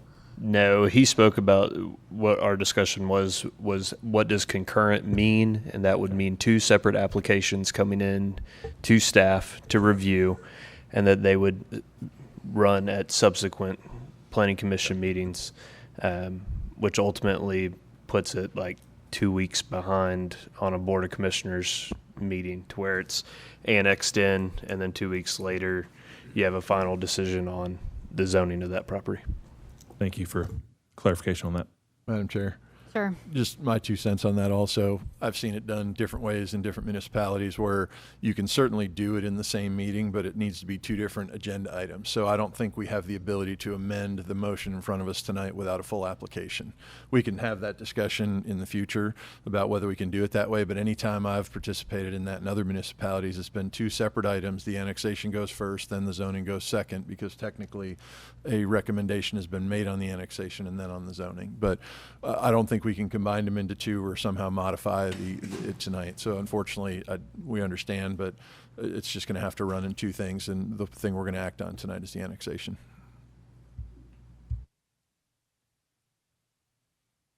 All right. I agree. Anybody else have questions, comments about the annexation vote on the table? All right, hearing none. Ms. Howell, if you will, call our vote. Mr. Callie. Aye. Mr. Greer. Aye. Mr. Dawson. Aye. Mr. King. Aye. Ms. Ulyss. Aye. Mr. Pape. Aye. Mr. Ritt. Aye. Vice Mayor McDonald. Aye. Mayor Anderson. Aye. All right. Aye. Item passes. Recommendation Thank you for your approved. time. Thank you. 9-0. Item B, PC Resolution PC 3026, annexation of 7505 Jingo Road, map 18, parcel 081.01, acreage 1.85, current zoning AG5, property owner Jeffrey Mishler. Make a motion to approve PC 3026. Second. Callie Pape. All right, staff. Thank you. Mr. Mishler, owner applicant, has submitted annexation request for the property at 7505 Jingo Road. Parcel is more specifically identified as tax map 18, parcel 81.01. Property contains 1.85 acres, currently zoned Williamson County AG5. Parcel is located within the urban growth boundary of City of Fairview. Additionally, the parcel is contiguous to current Fairview municipal boundaries due to the properties to the south and west being located within the municipal boundaries of Fairview. Parcel located to the north across New Hope Road is also located within Williams County, zone MGA1. Parcel located to the east across Jingo Road is located within Williams County, in zone MGA5. Parcels to the south and west are both located within Fairview municipal boundaries. Parcel to the south is zone CD4, neighborhood center. Parcel to the west is zone CD3, neighborhood. All surrounding property owners contain single-family detached residential land uses, as does the property being requested for annexation also contains an existing single-family detached residence. Fairview 42040 plan designates this as rural settlement. Zone districts noted as appropriate, AR15, AR5, RS40, RMS40, and R20, which were converted in the new development code to CD2, CD2W, as well as CD3L. As noted on the last application, all properties brought in through annexation will be zoned to CD2 rule. That's per section 2.5 of the new development code, unless requested differently. We have not received a specific request to rezone this to anything other than CD2 at this time. The 2040 plan does note single-family detached residential is an appropriate land use, so obviously the existing home meets that appropriate land use. Staff recommends Planning Commission provide a favorable recommendation to the Fairview Board of Commissioners to approve this request to annex tax map 18, parcel 8101, located at 7505 Jingo Road, as indicated on the attached map, and with the following condition of approval included in Resolution PC 3026. The condition of approval is the annexation request will be placed on Thursday, September 3rd Board of Commissioners meeting agenda for consideration on first reading, potential for public hearing on Thursday, October 1st, and second reading potentially being held on Thursday, November 5th, 2026. Thank you. Is there a representative tonight here? Thank you. If you will state your name and address for the record, please. Jeffrey Mishler, 7505 Jingle Road. Thank you. Are there any comments or questions from the Planning Commission? I just would like to make one statement, Madam Chair. Sure. So this property is 1.85 acres, and it comes in as CD2, which would be non-conforming to the land use that's permitted within CD2. So I just would like Mr. Mishler, as the property owner, to understand that prior to any items being done on the existing home, if there was an addition or anything being constructed, this property would have to come into conformance and have to be rezoned to an appropriate zone district for your home. I know we've talked a few times, but just wanted to make sure that that was clarified, that it would come in as existing non-conforming, but if there were to be any modifications done to the lot, it would need to come into conformance with the code. So that's another application. That is correct. Okay. So do I do that after the next 3 meetings? After I get annexed in, and then I have to file for a rezoning so that I can build my bedroom? Staff can assist you with that, but it would be another application, yes. Thank you. Any questions or comments from the Planning Commission? All right, hearing none, Ms. Halvey will call our vote. Mr. Kelly. Aye. Mr. Pape. Aye. Mr. Dawson, Aye. Mr. King, Aye. Mr. Greer, Aye. Ms. Ulist, Aye. Mr. Ritt, Aye. Vice Mayor McDonald, Aye. Mayor Anderson. Motion passes 9-0. Thank you, Mr. Mishler. In a few weeks. All right, moving on to item C, PC Resolution PC 3126, rezoning of 7985 Crowcut Road, map 18, parcel 29.04, acreage 4.4.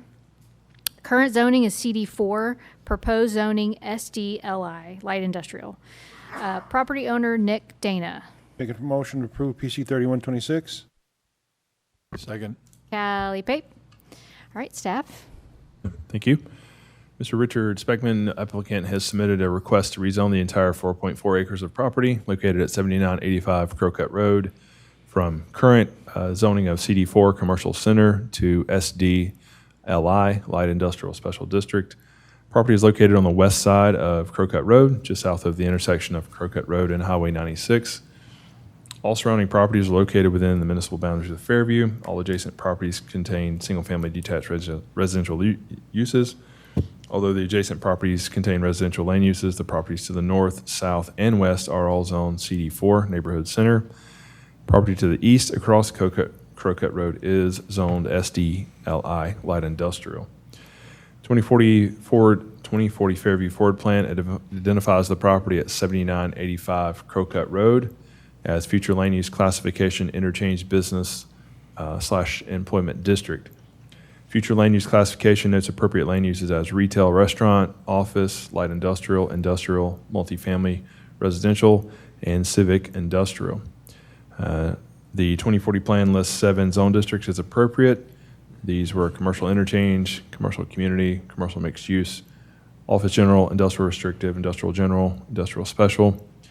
Those zone districts in the old zoning ordinance, the most recent zoning ordinance, has been converted over to CD4, CD4C, SDLI, and SDHI, which is heavy industrial special district.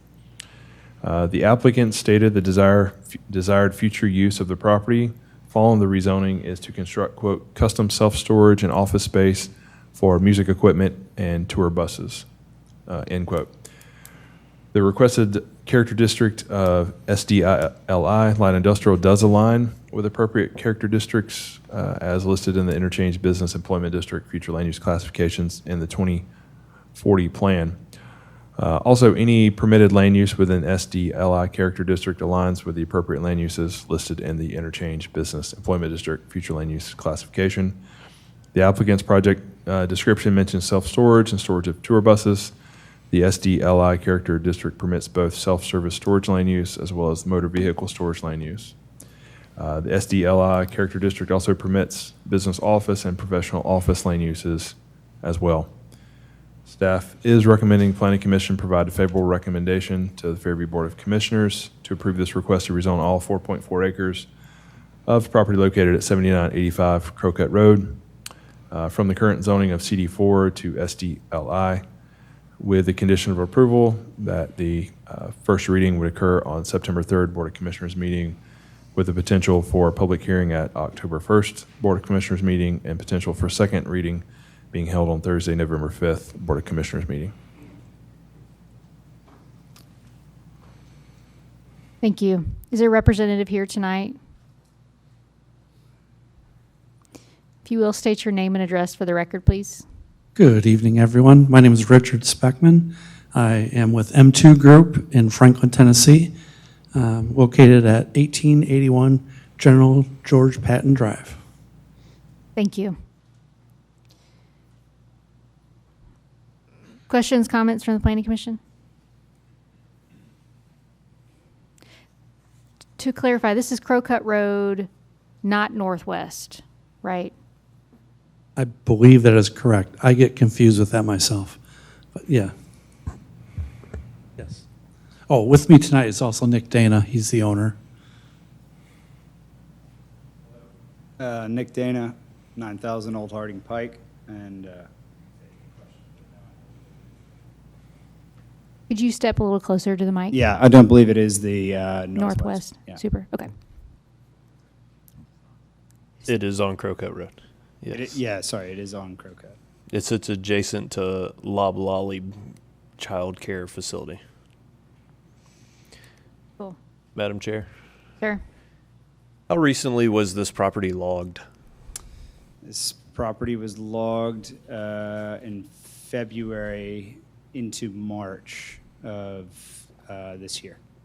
Were there any permits that were pulled for that, staff?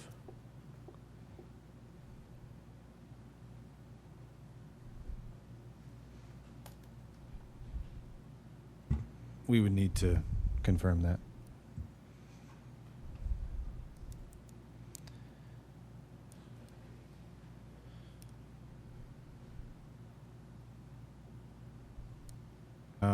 Staff's informing me that they acquired a fire permit. They received a burn permit from the fire department? That is correct. But we were informed, we were requesting information from the property owner. But they did not receive a tree removal permit or a grading permit or anything else? Property, is the property owner? Direct these questions to the property owner. Was that while you were property owner or prior to you becoming property owner? Prior to us becoming property owner, the entire property was logged, and the logging contract sat with the previous owner. And his adjacent property was also logged. So I have no idea if he got it approved or if not. I bought the property and it was logged. I made a site visit out to look at this site recently, and all of the trees, majority of the trees, there were a few left here and there, but majority of the trees for the two adjacent properties and for this property were all removed prior to this request coming in. There is some language within our code, and we address that item as old business item A, PC 2326 tonight, with a different development that was that removed trees without getting permits. And so for me, I think if we've already set the precedent tonight in the meeting, we should continue that precedent, that you should follow the rules, remove trees, follow the proper permitting process, and everything will go smooth. If not, then there ultimately are consequences that our staff has to take care of. And just to state, there's no such thing as a logging permit with the city of Fairview. There's only a grading permit, which is the clearing of trees. Got through a quick search with this address, 7985 Crowcut Road. There are no applications and no permits for removing trees on this property. It is a grading land disturbance, what's GSERP? Grading Madam site. Chair, may I raise a point of order? I believe the Yes. discussion has gone afield of what is before the board tonight, which is a rezoning request. Any prior grading or logging that's been done on the property shouldn't be part of your determination tonight. And injecting those facts into the discussion creates liability for the city, that you're basing your decision on something that it should not be based on. Your decision should be based on the rezoning requirements in the code and the recommendation that you make to the BOC. So I would encourage the board to consider those factors. And if any member has a question about a property that needs to be investigated, the staff would love to field those ahead of the meeting so they can prepare for those questions and do that research prior to the meeting. Thank you, Madam Chair. Thank you. Madam Chair. Sure. Mr. Hogan, I think it directly impacts, it says in the development code that if there is an existing violation, we should not hear any applications for a particular property. And so for me tonight, I move that we defer this application until the violation is remedied.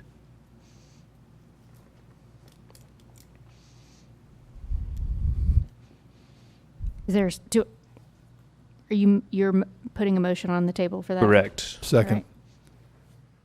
All right. May I ask a question? Sure. I haven't received a violation from the city of Fairview.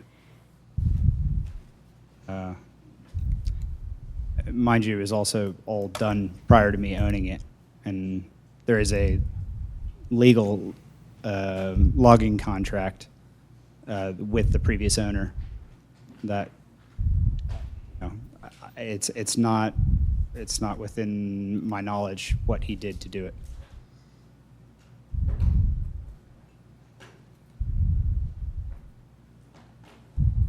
I just arrived at the land and it had already been clear cut. Madam Chair. Sir. Staff, is there not something in our ordinance that if somebody does clear cut illegally, they can't file an application within a year or something? I thought that was in there somewhere. And unfortunately, our code is still not searchable yet, so I can't search right now. You're asking they can't file an application for a property if they've had a violation within a year? Not specifically a violation. If somebody, you have to have a permit to remove a tree in Fairview now under the new ordinance. Correct. If you have removed trees without that, I believe there's something in the new ordinance that prevents you from submitting any applications within a year or two or something. But maybe I'm I remembering mean, again, I think we have to recognize that the previous property owner may have potentially removed those trees and not the current property owner, which is the current applicant tonight. But that's why it is a situation where nothing can be filed. It's kind of like a zoning when it gets turned down. You can't file a rezoning within a year, no matter who you are. I thought we put something in the ordinance to that effect, that if you cut down a tree without a permit, nobody can make an application on that property for a certain amount of time. But again, I could, and Yeah, I I mean, can't search the code right now. So, to be perfectly honest, Mr. Pape, I mean, this is my notification that this property was clear without a permit. If there's not a violation, if there's not a warrant, for lack of a better term, a warrant, Correct. If there's not a current violation, I mean, then there's no real legal recourse. Who determined there was a violation? that there is, I don't think anybody determined that there was a legal violation. Might be an important part of your decision process. I mean, I can see with my own eyes, trees were cut and a permit was not issued. So whether there was a violation issued by the city, there should have been, is my point. And you're right, if there's no legal notification. And you should absolutely vote your conscience. I'm not suggesting otherwise. I'm just trying to direct the board to some criteria that I think is very defensible based on whatever the outcome of your decision is. That's my only purpose. Yeah.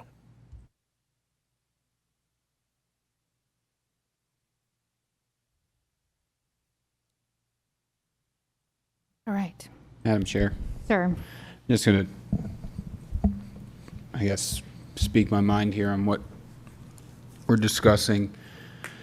Whether there was something or was not something done as far as a violation before, I think, we can connect the dots there. However, the applicant that's in front of us had absolutely nothing to do with it. So I think any decision based on that would leave this applicant with a pretty strong argument to bring forward from a legal perspective if I'm following the communication from our attorney. And I mean, just you not being the property owner at the time of violation took place, it seems improper to me to enforce, take that out on you. Now, there's clearly a lot of details missing here, but based on what we know, that's where I'm at.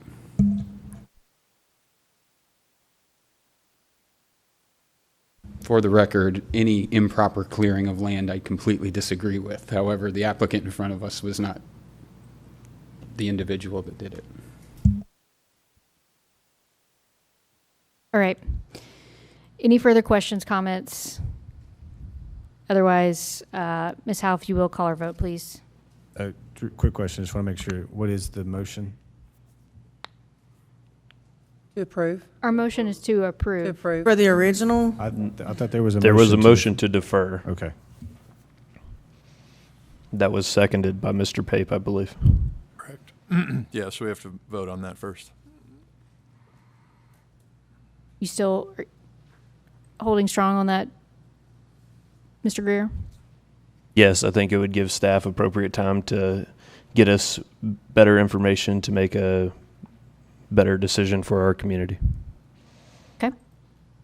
All right, Ms. Howell, if you will. Call Mr. it. Greer, Aye. Mr. Pape, Aye. Mr. Dawson, No. Mr. King, Aye.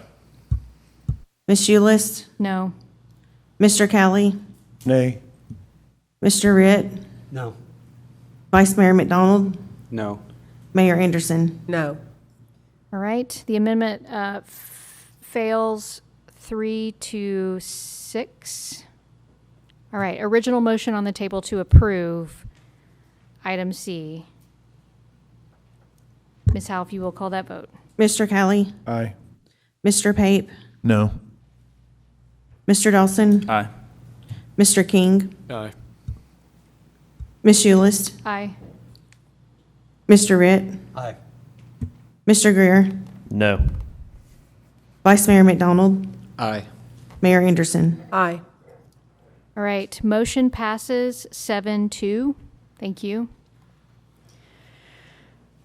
All right, item D, PC Resolution PC 3226. Madam Chair, Yes, I'd like to recuse myself from Resolution PC 3226. granted.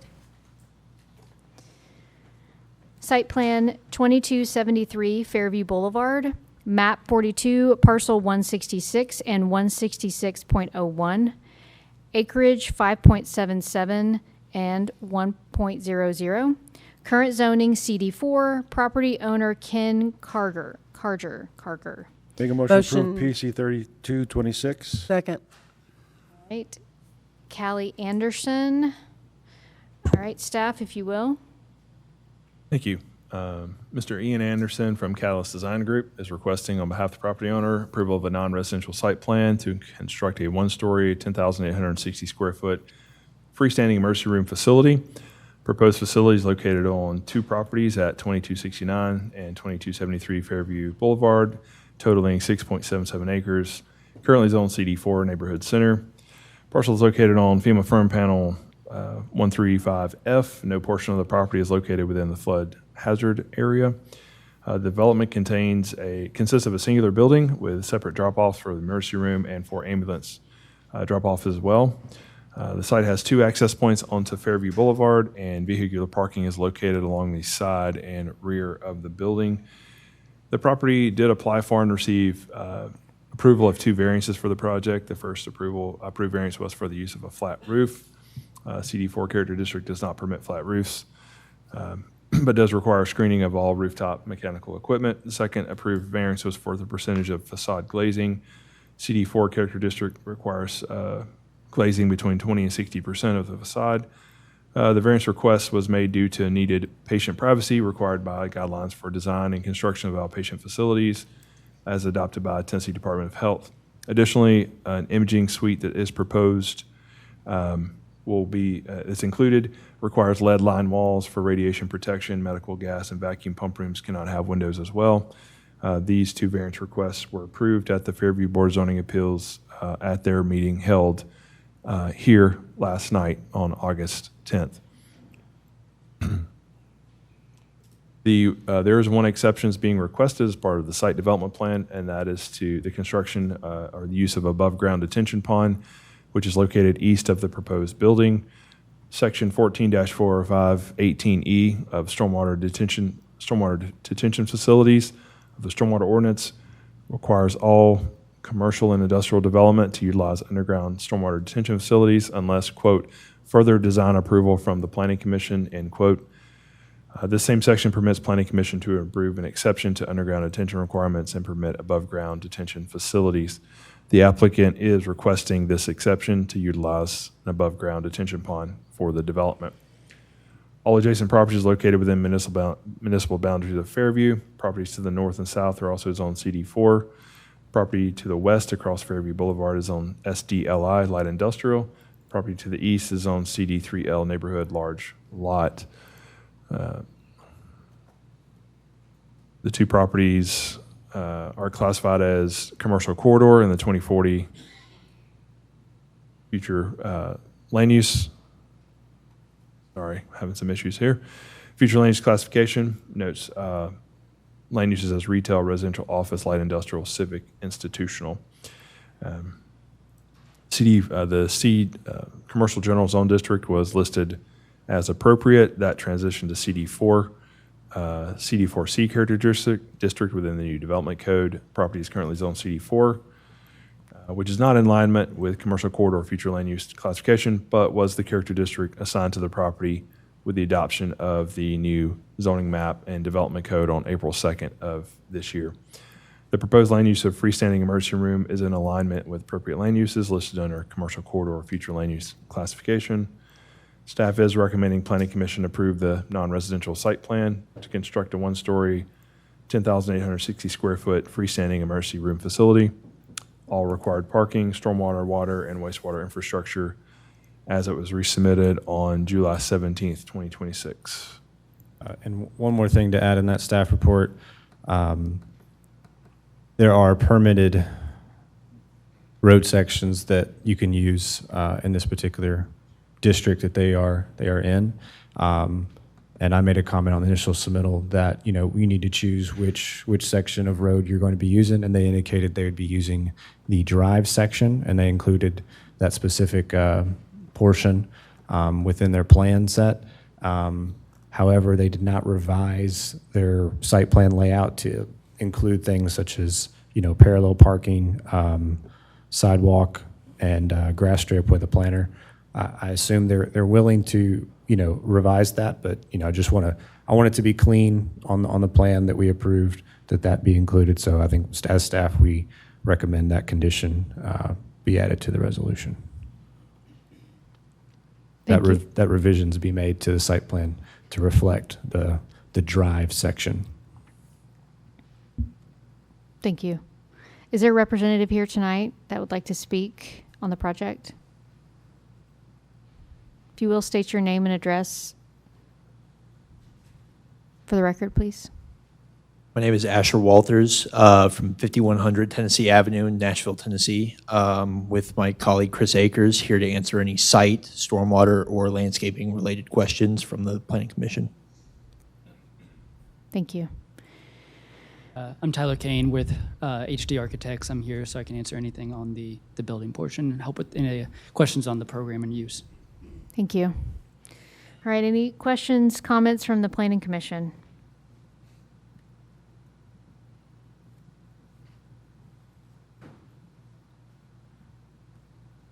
Madam Chair.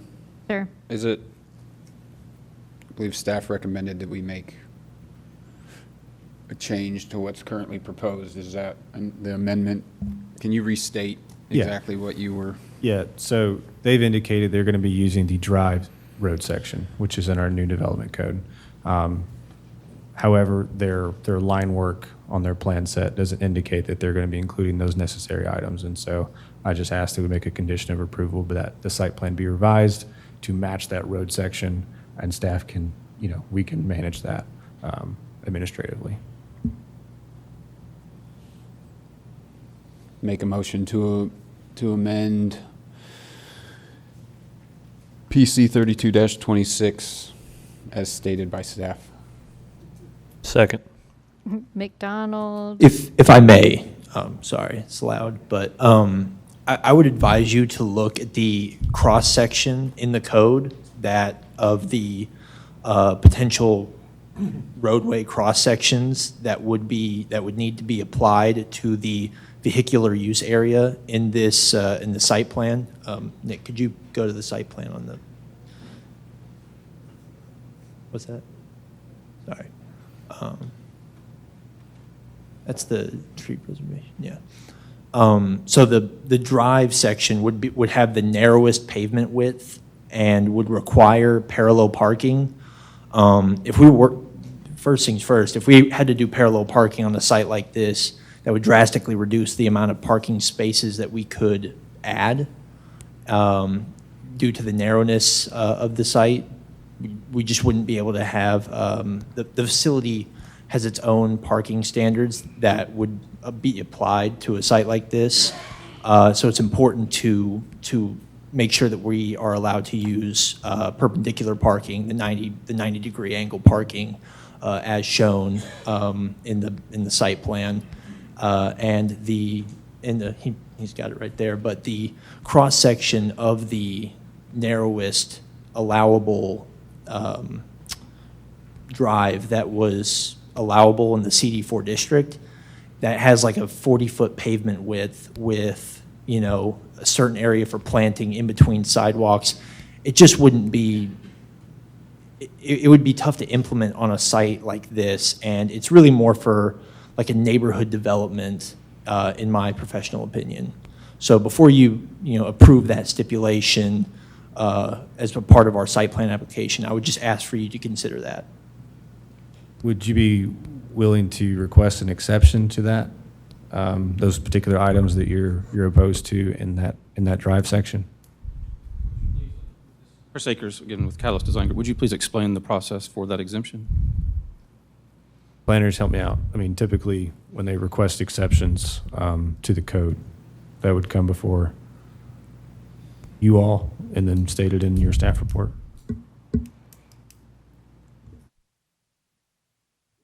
Sorry, I was out of the room, so I'm not sure what the exception is being stated or requested. They've indicated they were going to use the drive section throughout for the roadway. That includes parallel parking on one side, and then a walkway width of 8 feet, and a planter width of 8 to 12 feet. So, and again, I don't disagree with what you stated, but if they're going to use the drive section, they need to request an exception if they're going to be showing something different, if that makes any sense. Madam Chair? Sure. Is there a reason they have to pick a section? Can we not just approve the plan as it's shown on the site plan? I'm just curious.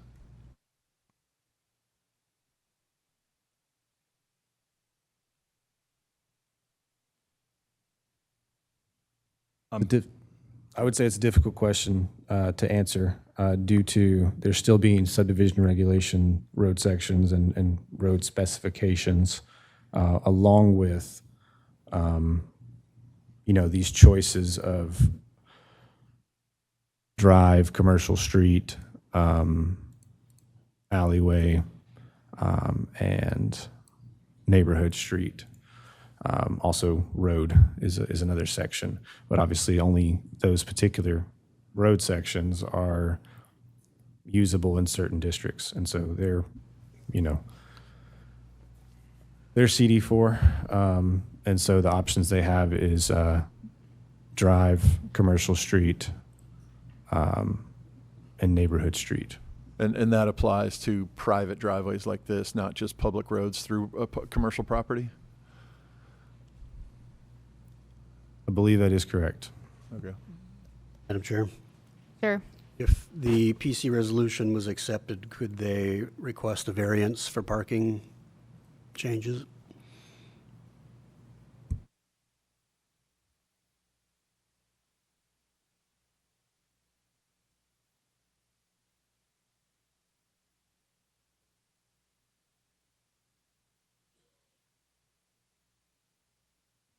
Let us work on an answer for that, Mr. Ritt. If I could just, I think staff is probably way more involved in the problem and has a better understanding. So from a 50,000-foot view, what about this site plan does not comply with the code as presented? It's not really something that doesn't comply. It's I would call it a discrepancy. So they're indicating they're going to be using the drive section. However, the line work doesn't match that drive section. And so drive, as I stated before, has parallel parking on one side. It has sidewalk on both sides. It has a grass strip with a continuous planter. And again, I don't disagree with what they're stating. That particular road section in this character district with this use likely doesn't work or make sense, in my opinion. But, I just want to make it clean. I want to either them state we don't want to use drive, we want to use what we have here, and allow the PC to. But the board's evaluating the plan that's presented, right? So is what they're indicating that they want to use what is indicated on the plan, or are we talking something different? That would be a question for the applicant. I mean, from what do you what want they've that's stated, different from the plan you've submitted? So from our understanding from the site plan corrections report that staff provided, they required a cross-section that was in the new hybrid Fairview Development Code plan that was adopted in April. So we just pasted a picture of the most applicable cross-section after conversations that we had with staff. And that item on our end was resolved, and we had left that, and that was back in July 15th that we had submitted that revised site plan to them. But yeah, from our end, it would be kind of an odd application of the code to essentially make all of our internal drives, all of our internal vehicular use areas look like a neighborhood street. Yeah. Madam Chair. But I guess that's for the commission to decide. Sir? I would like to remove my motion to amend Resolution PC 3226. I'll remove my second. Yes. All right.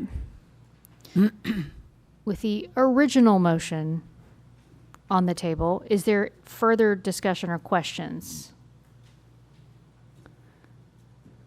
Staff, with the back of the building, mostly back of the building appearing to be fronting Fairview Boulevard, those setbacks, they look a little tight.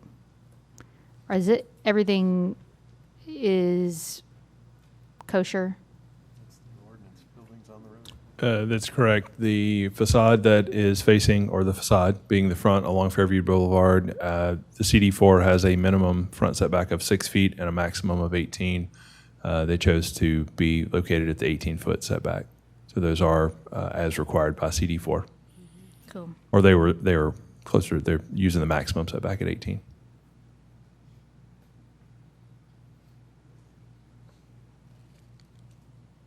Any other questions? All right, hearing none. Ms. Howell, if you will, call our vote. Mr. Kelly. Aye. Mayor Anderson. Aye.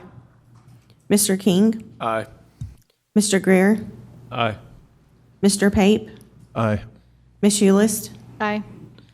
Mr. Ritt. Aye. Vice Mayor McDonald. Aye.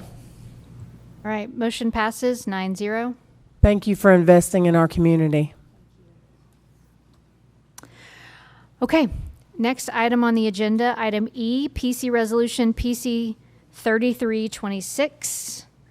Final plat, Bowie Meadows, Phase 2, Map 43, Parcel 26, acreage 123.35, current zoning POD, property owner TPG AG EHC 3, parentheses LEN, Multi-State 5 LLC. Make a motion to approve PC 3326. Second. Callie Pape, staff, please. Alan O'Leary, WES Engineer Surveyors, has submitted a final plat for Phase 2 of the Bowie Meadows residential subdivision.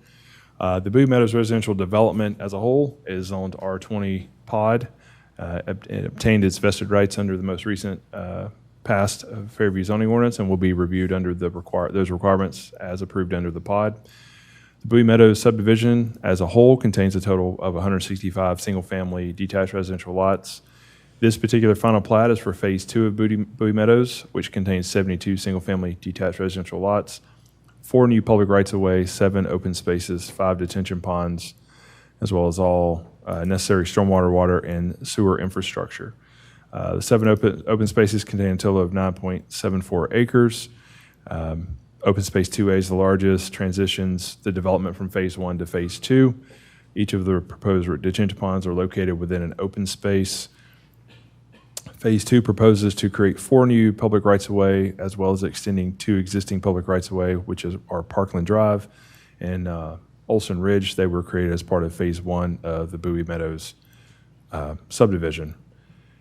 And staff is recommending Planning Commission approve the final plat for Phase 2 of Bowie Meadows residential subdivision. Thank you. Is there a representative here tonight? If you will, state your name and address for the record, please. Alan O'Leary, 2486 Nashville Highway, Columbia. I've read through staff comments and recommendations, and I'm good with them. Okay. Any comments or questions from the Planning Commission?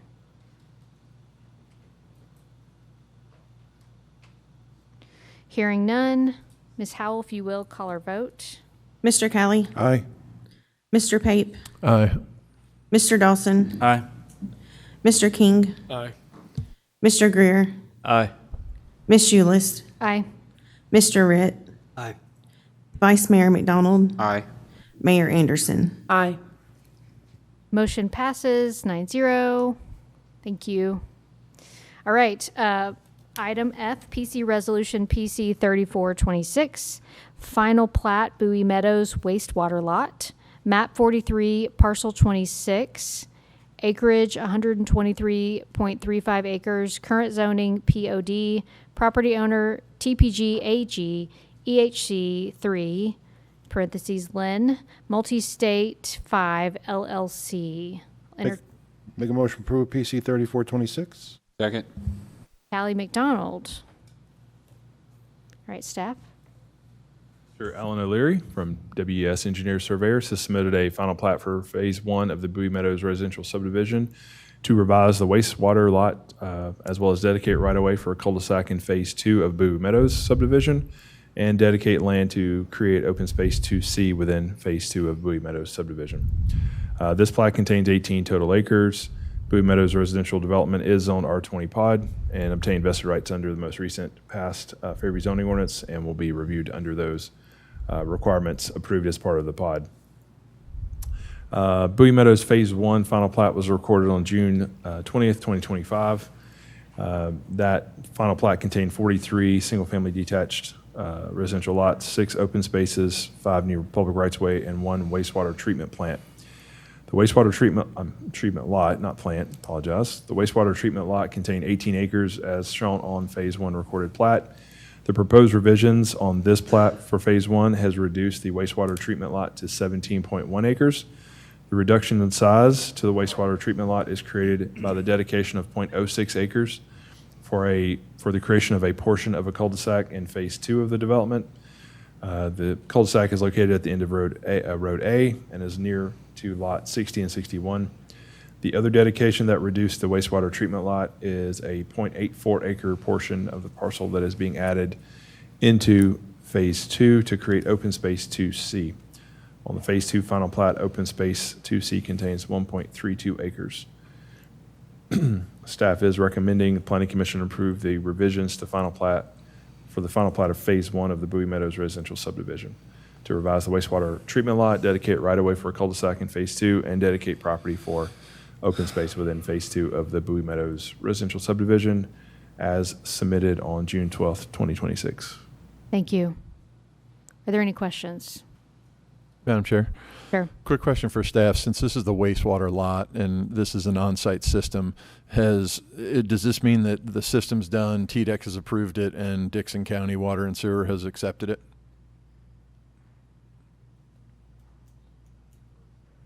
I would defer to the applicant on that question. I believe it has, or else we wouldn't have been able to go forward with getting our additional COs. Unfortunately, the representative is not here tonight for me to know, to give you a definite answer. Just my comment is that in the future, on a wastewater lot like this that's specific to that, it's a pretty important thing. I think we should probably confirm that in the future.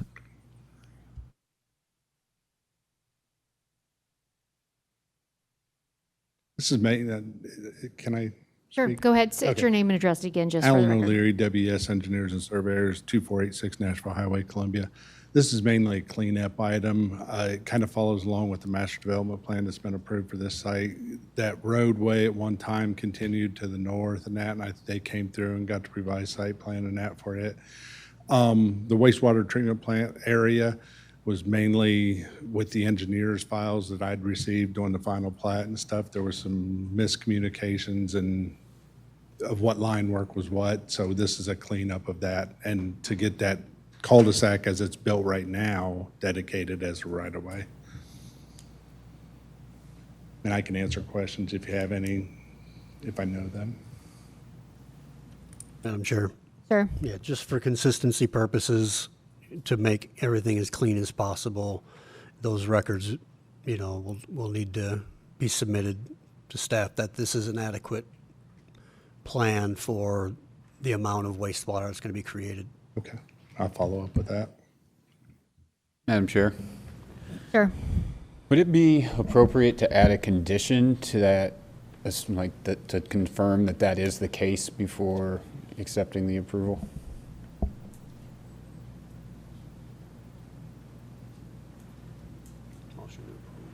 I defer to the planners on that. What were the conditions to obtain the final plat? Is there a condition that hasn't been met?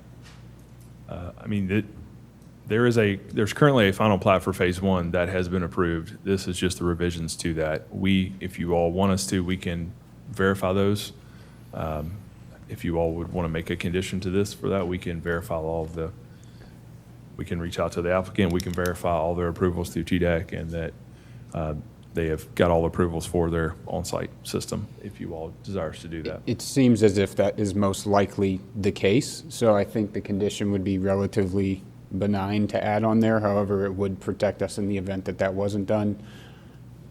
The sensitivity around wastewater, I think it is warranted.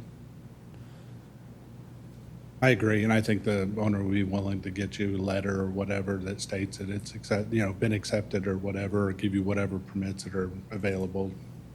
I would like to make a motion to add a condition of approval to receive the documentation from the applicant that the wastewater treatment facility was properly installed and built according to spec. Second. All right, McDonald, Callie. Ms. Howell, if you will call that vote, unless there's further comments on that, questions? No? Okay. Vice Mayor McDonald, Aye. Mr. Kelly, Aye. Mr. Dawson. Aye. Mr. King, Aye. Mr. Greer, Aye. Ms. Shoelist, Aye. Mr. Pape, Aye. Mr. Ritt, Aye. Mayor Anderson. Aye. All right, the amendment for condition of approval passes 9-0. Is there any further questions or comments on the original request? Motion on the table, I should say. No? All right. Ms. Howell, if you will call that vote. Mr. Kelly, Aye. Vice Mayor McDonald, Aye. Mr. Dawson. Aye. Mr. King, Aye. Mr. Greer, Aye. Ms. Shoelist, Aye. Mr. Pape, Aye. Mr. Ritt, Aye. Mayor Anderson. Aye. All right, original motion passes 9-0. Thank you. All right, item G, PC Resolution PC 3526, final plat, Boone Street, map 42, parcel 132, acreage 16.6, current zoning is CD3, applicant is Mark Hansen. Make a motion to approve PC 3526. Do you have a second? Second. Callie Pape. All right. Staff? Mark Hansen of Fairview 45 LLC has submitted a final plat for the Boone Street Residential Subdivision, formerly known as Fairview 17. Subdivision contains 45 single-family detached residential lots, 1 new public right-of-way, 3 open spaces, 1 pump station lot, as well as all necessary stormwater, water, and wastewater infrastructure.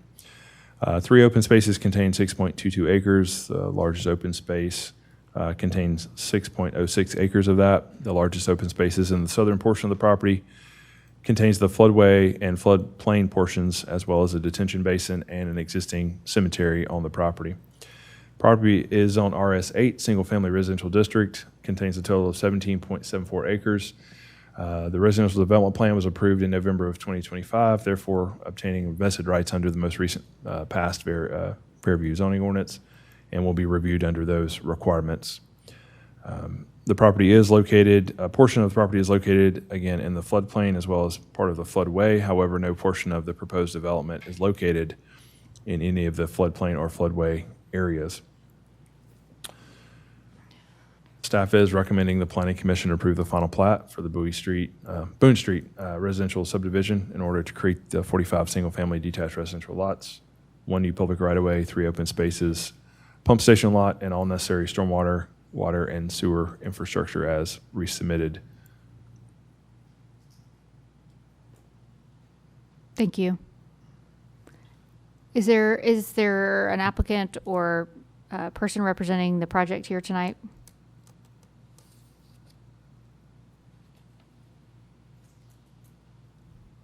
Thank you. If you will, state your name and address for the record, please. Mark Hansen, 4652 Majestic Meadows Drive, Arrington, Tennessee, Fairview 45 LLC. I don't have any comments, but I'm here to answer any questions you may have. Thank you. Thank you.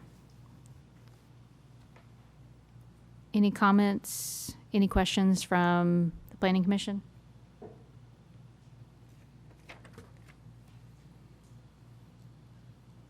All right, Ms. Howe, if you will call a vote. Mr. Kelly. Aye. Mr. Pape. Aye. Mr. Dawson. Aye. Mr. King. Aye. Mr. Greer. Aye. Ms. Ulyss. Aye. Mr. Ritt. Aye. Vice Mayor McDonald. Aye. Mayor Anderson. Aye. All right, motion passes 9-0. All right, item H, PC Resolution PC 3626, Master Development Plan 7348 Overby Road, map 46, parcel 50, acreage 60.87, current zoning is CD3, property owner is Brandon Robertson. Make a motion to approve PC 3626. Do I have a second? Second. Is that Dawson? Callie Dawson. All right, staff, if you will.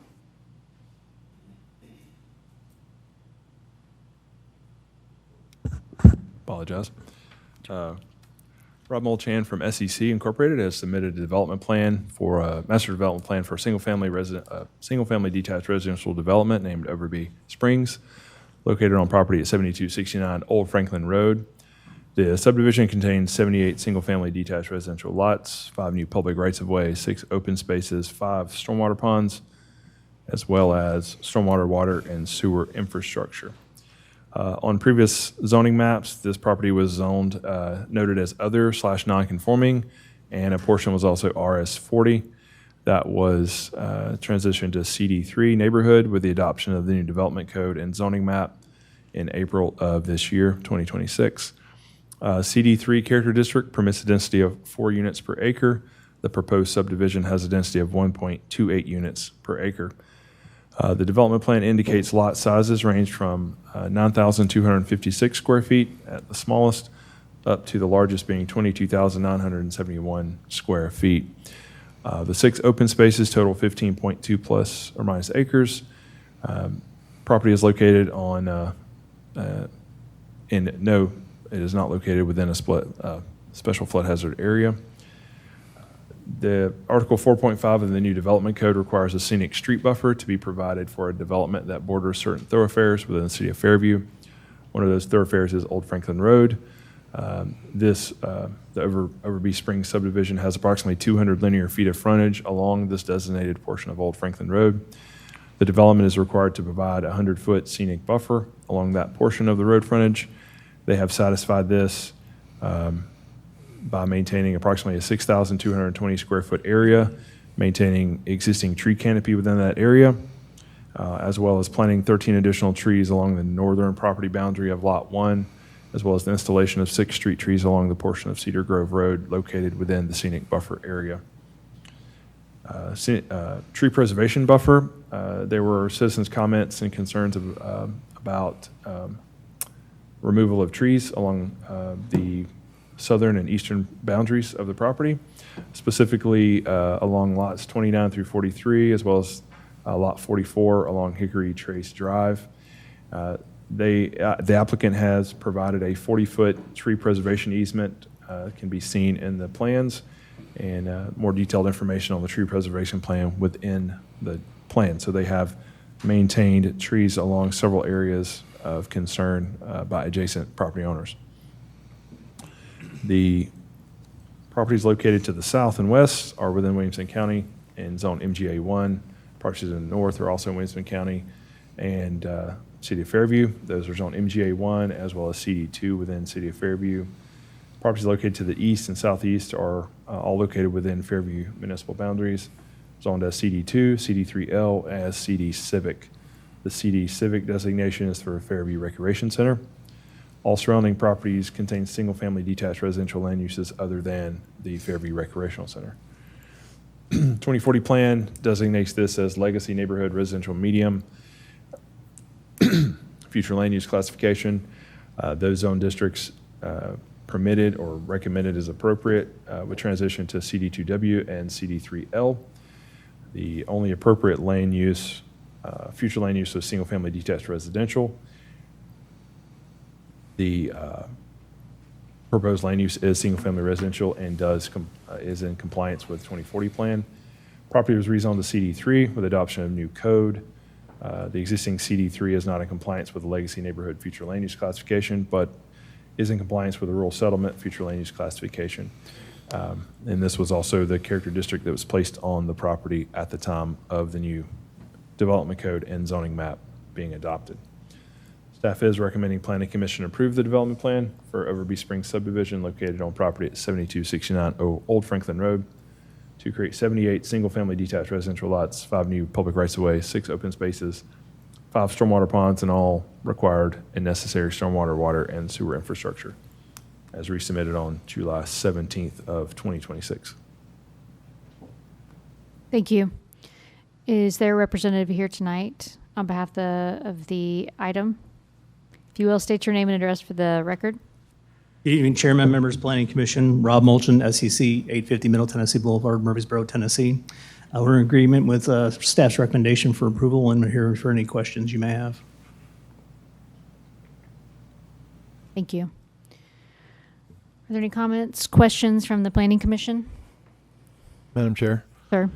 I just wanted to bring up one point that I had emailed staff about, and they clarified. So the landscape plan shows that there's 4,000 some caliper inches being removed from the site. They're only replanting like 888. So technically, for these plans to be approved, they need a waiver to allow them to buy into the tree bank, and I think the number's like just under $200,000. So I want to make sure everybody's aware of that we're approving their request to buy into the tree bank as an exception, as part of the application.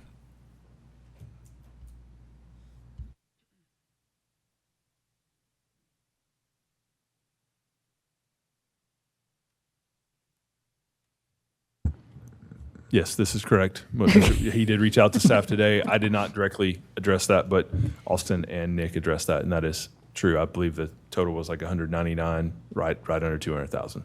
And applicant and owner are understanding of that and aware of that. That is correct. We need an amendment, or that's part of the approval process? That would be appropriate to add that as an amendment, yes. Make a motion to add a condition that we grant a variance, that we grant a waiver and allow them to buy into the tree bank, and the staff to finalize the numbers on the exact calculation. Second. It was Pape, Greer. All right, Ms. Howell. Mr. Pape, Aye. Mr. Greer, Aye. Mr. Dawson, Aye. Mr. King, Aye. Ms. Ulyss, Aye. Mr. Kelly, Aye. Mr. Ritt, Aye. Vice Mayor McDonald, Aye. Mayor Anderson. Aye. All right, amendment to the resolution passes 9-0. Okay. Original motion on the table. Any further comments, questions? Madam Chair. Sir. I just want to thank you, Mr. Mulchin. During the early days of this project, y'all had your community meeting. You reached out to all of your neighbors. And during that meeting time, there were some neighbors that expressed the dissatisfaction with lots 42 through 29 and how close they were to the homes that are located on Harding Drive. And on your plan tonight, you have a 40-foot tree preservation easement that abuts their adjoining properties on Harding Drive.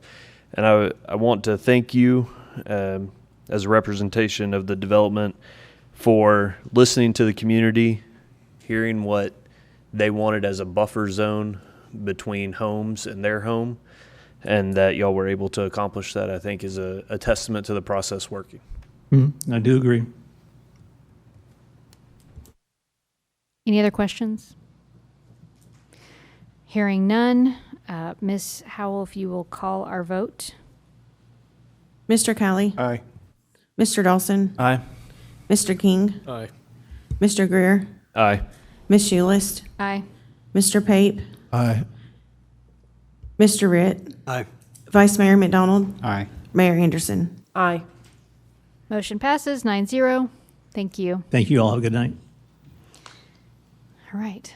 Last item under new business. Item I, PC Resolution PC 3726, Residential Development Plan, Cumberland Drive, Map 47, Parcel 95, Acreage 41.78. Current zoning is CD3. Property owner is Toddy Family Trust. Motion approved PC 3726. Do you have a second? Second. Callie Pape. All right, staff. Thank you. Ms. Allison Corolla of T-Square Engineering submitted a residential development plan for the Conrad Hollows subdivision located on property east of Grammar Drive, south of Toddy Road, north of Cumberland Drive. The residential subdivision contains 49 single-family detached residential lots, 3 new public rights-of-way, extension of 1 existing public right-of-way, 2 playground lots, 3 open spaces, and 2 green areas. Property was rezoned from other/non-conforming to CD3 with the adoption of the new development code and zoning map in April of this year. The CD3 character district permits a density of 4 units per acre. The proposed subdivision has a density of 1.2 units per acre. The residential development plan indicates lot sizes will range from 13,405 square feet at the smallest up to 30,102 square feet at the largest. The 2 green areas are shown to be just under, right at 1 acre in size and a ½ acre in size. 2 playground lots are shown to be about 0.4 acres and 0.5 acres. 3 open spaces. The 3 open spaces contain 15.2 acres as well. Property is located, not located within a special flood hazard area. Again, as the previous development that you all just reviewed, this development also requires a scenic buffer along Cumberland Drive. So again, Article 4.5 requires there a 100-foot scenic buffer along this frontage. To satisfy the scenic buffer requirements, all but 3 trees located within this 100 scenic foot buffer have been retained along Cumberland Drive. So they are maintaining all existing tree canopy in that area to satisfy the requirement of that scenic buffer. They're also proposing road improvements along Grammar Drive and Cumberland Drive. 30-foot right-of-way dedication is being made and road improvements are being completed where the development has frontage along each of these right-of-ways. Along Cumberland Drive, the travel lane is being widened to 10 feet along with installation of 2,500 linear feet of curb and gutter. Also an 8-foot planter and 5-foot road, 5-foot sidewalk will be installed along the north side of Cumberland Drive. Similar road improvements will be made along Grammar Drive as well. The 2040 Fairview Forward Plan classifies this property as legacy neighborhood residential medium.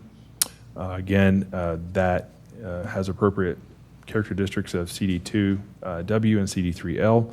This property was rezoned to CD3 with the adoption of the new development code. So CD3 is not in compliance, but was the character district placed on this property at the time of the adoption of the new code and zoning map in April of this year.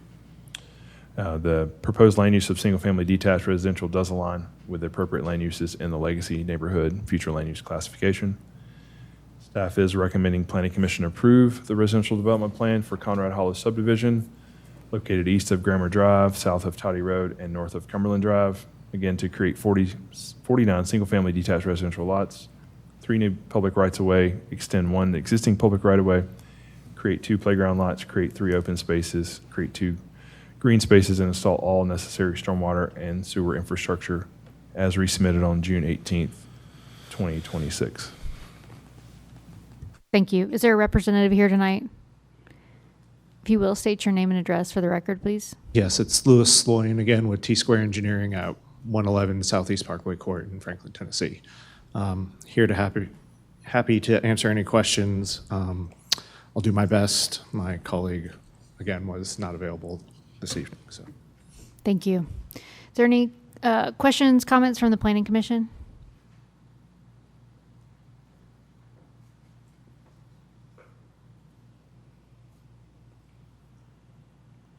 All right.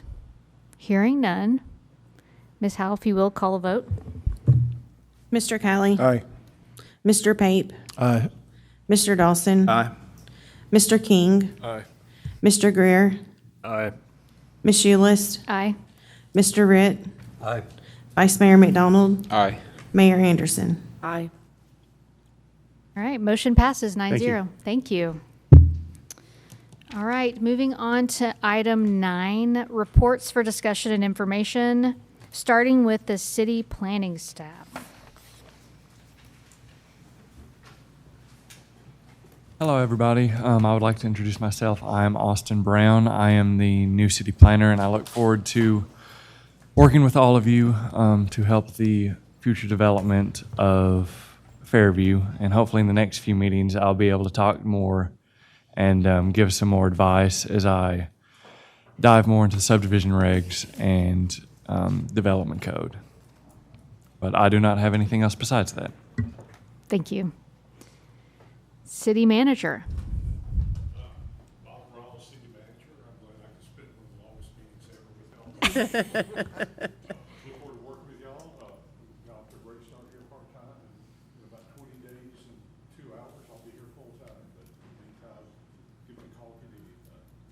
Thank you. All right, city engineer, Nothing tonight. Thank you. city manager. I'm sorry, city attorney. Okay. All right, planning commission roundtable. We'll start with Mr. King. I'd just like to extend a welcome to Mr. Brown. Other than that, nothing for me tonight. Okay, Mr. Dawson. Mr. Brown, thank you for coming and being with us. We're excited to have you. So excited. We've got a lot of work to do. I want to welcome all of the kids and teachers back to school. My prayer for them is to be safe, to stay focused, and to have a bunch of fun. Thank you. Thank you. Mr. Greer. Mr. Brown, welcome aboard. It's a fun journey. Strap in. Mr. Broadbent, Mr. Meek, Mr. Chastain, Ms. Howell, thank you for holding down the fort down there in the planning office and keeping all the trains on track. We appreciate you. All right, Mayor Anderson. Welcome, Mr. Brown.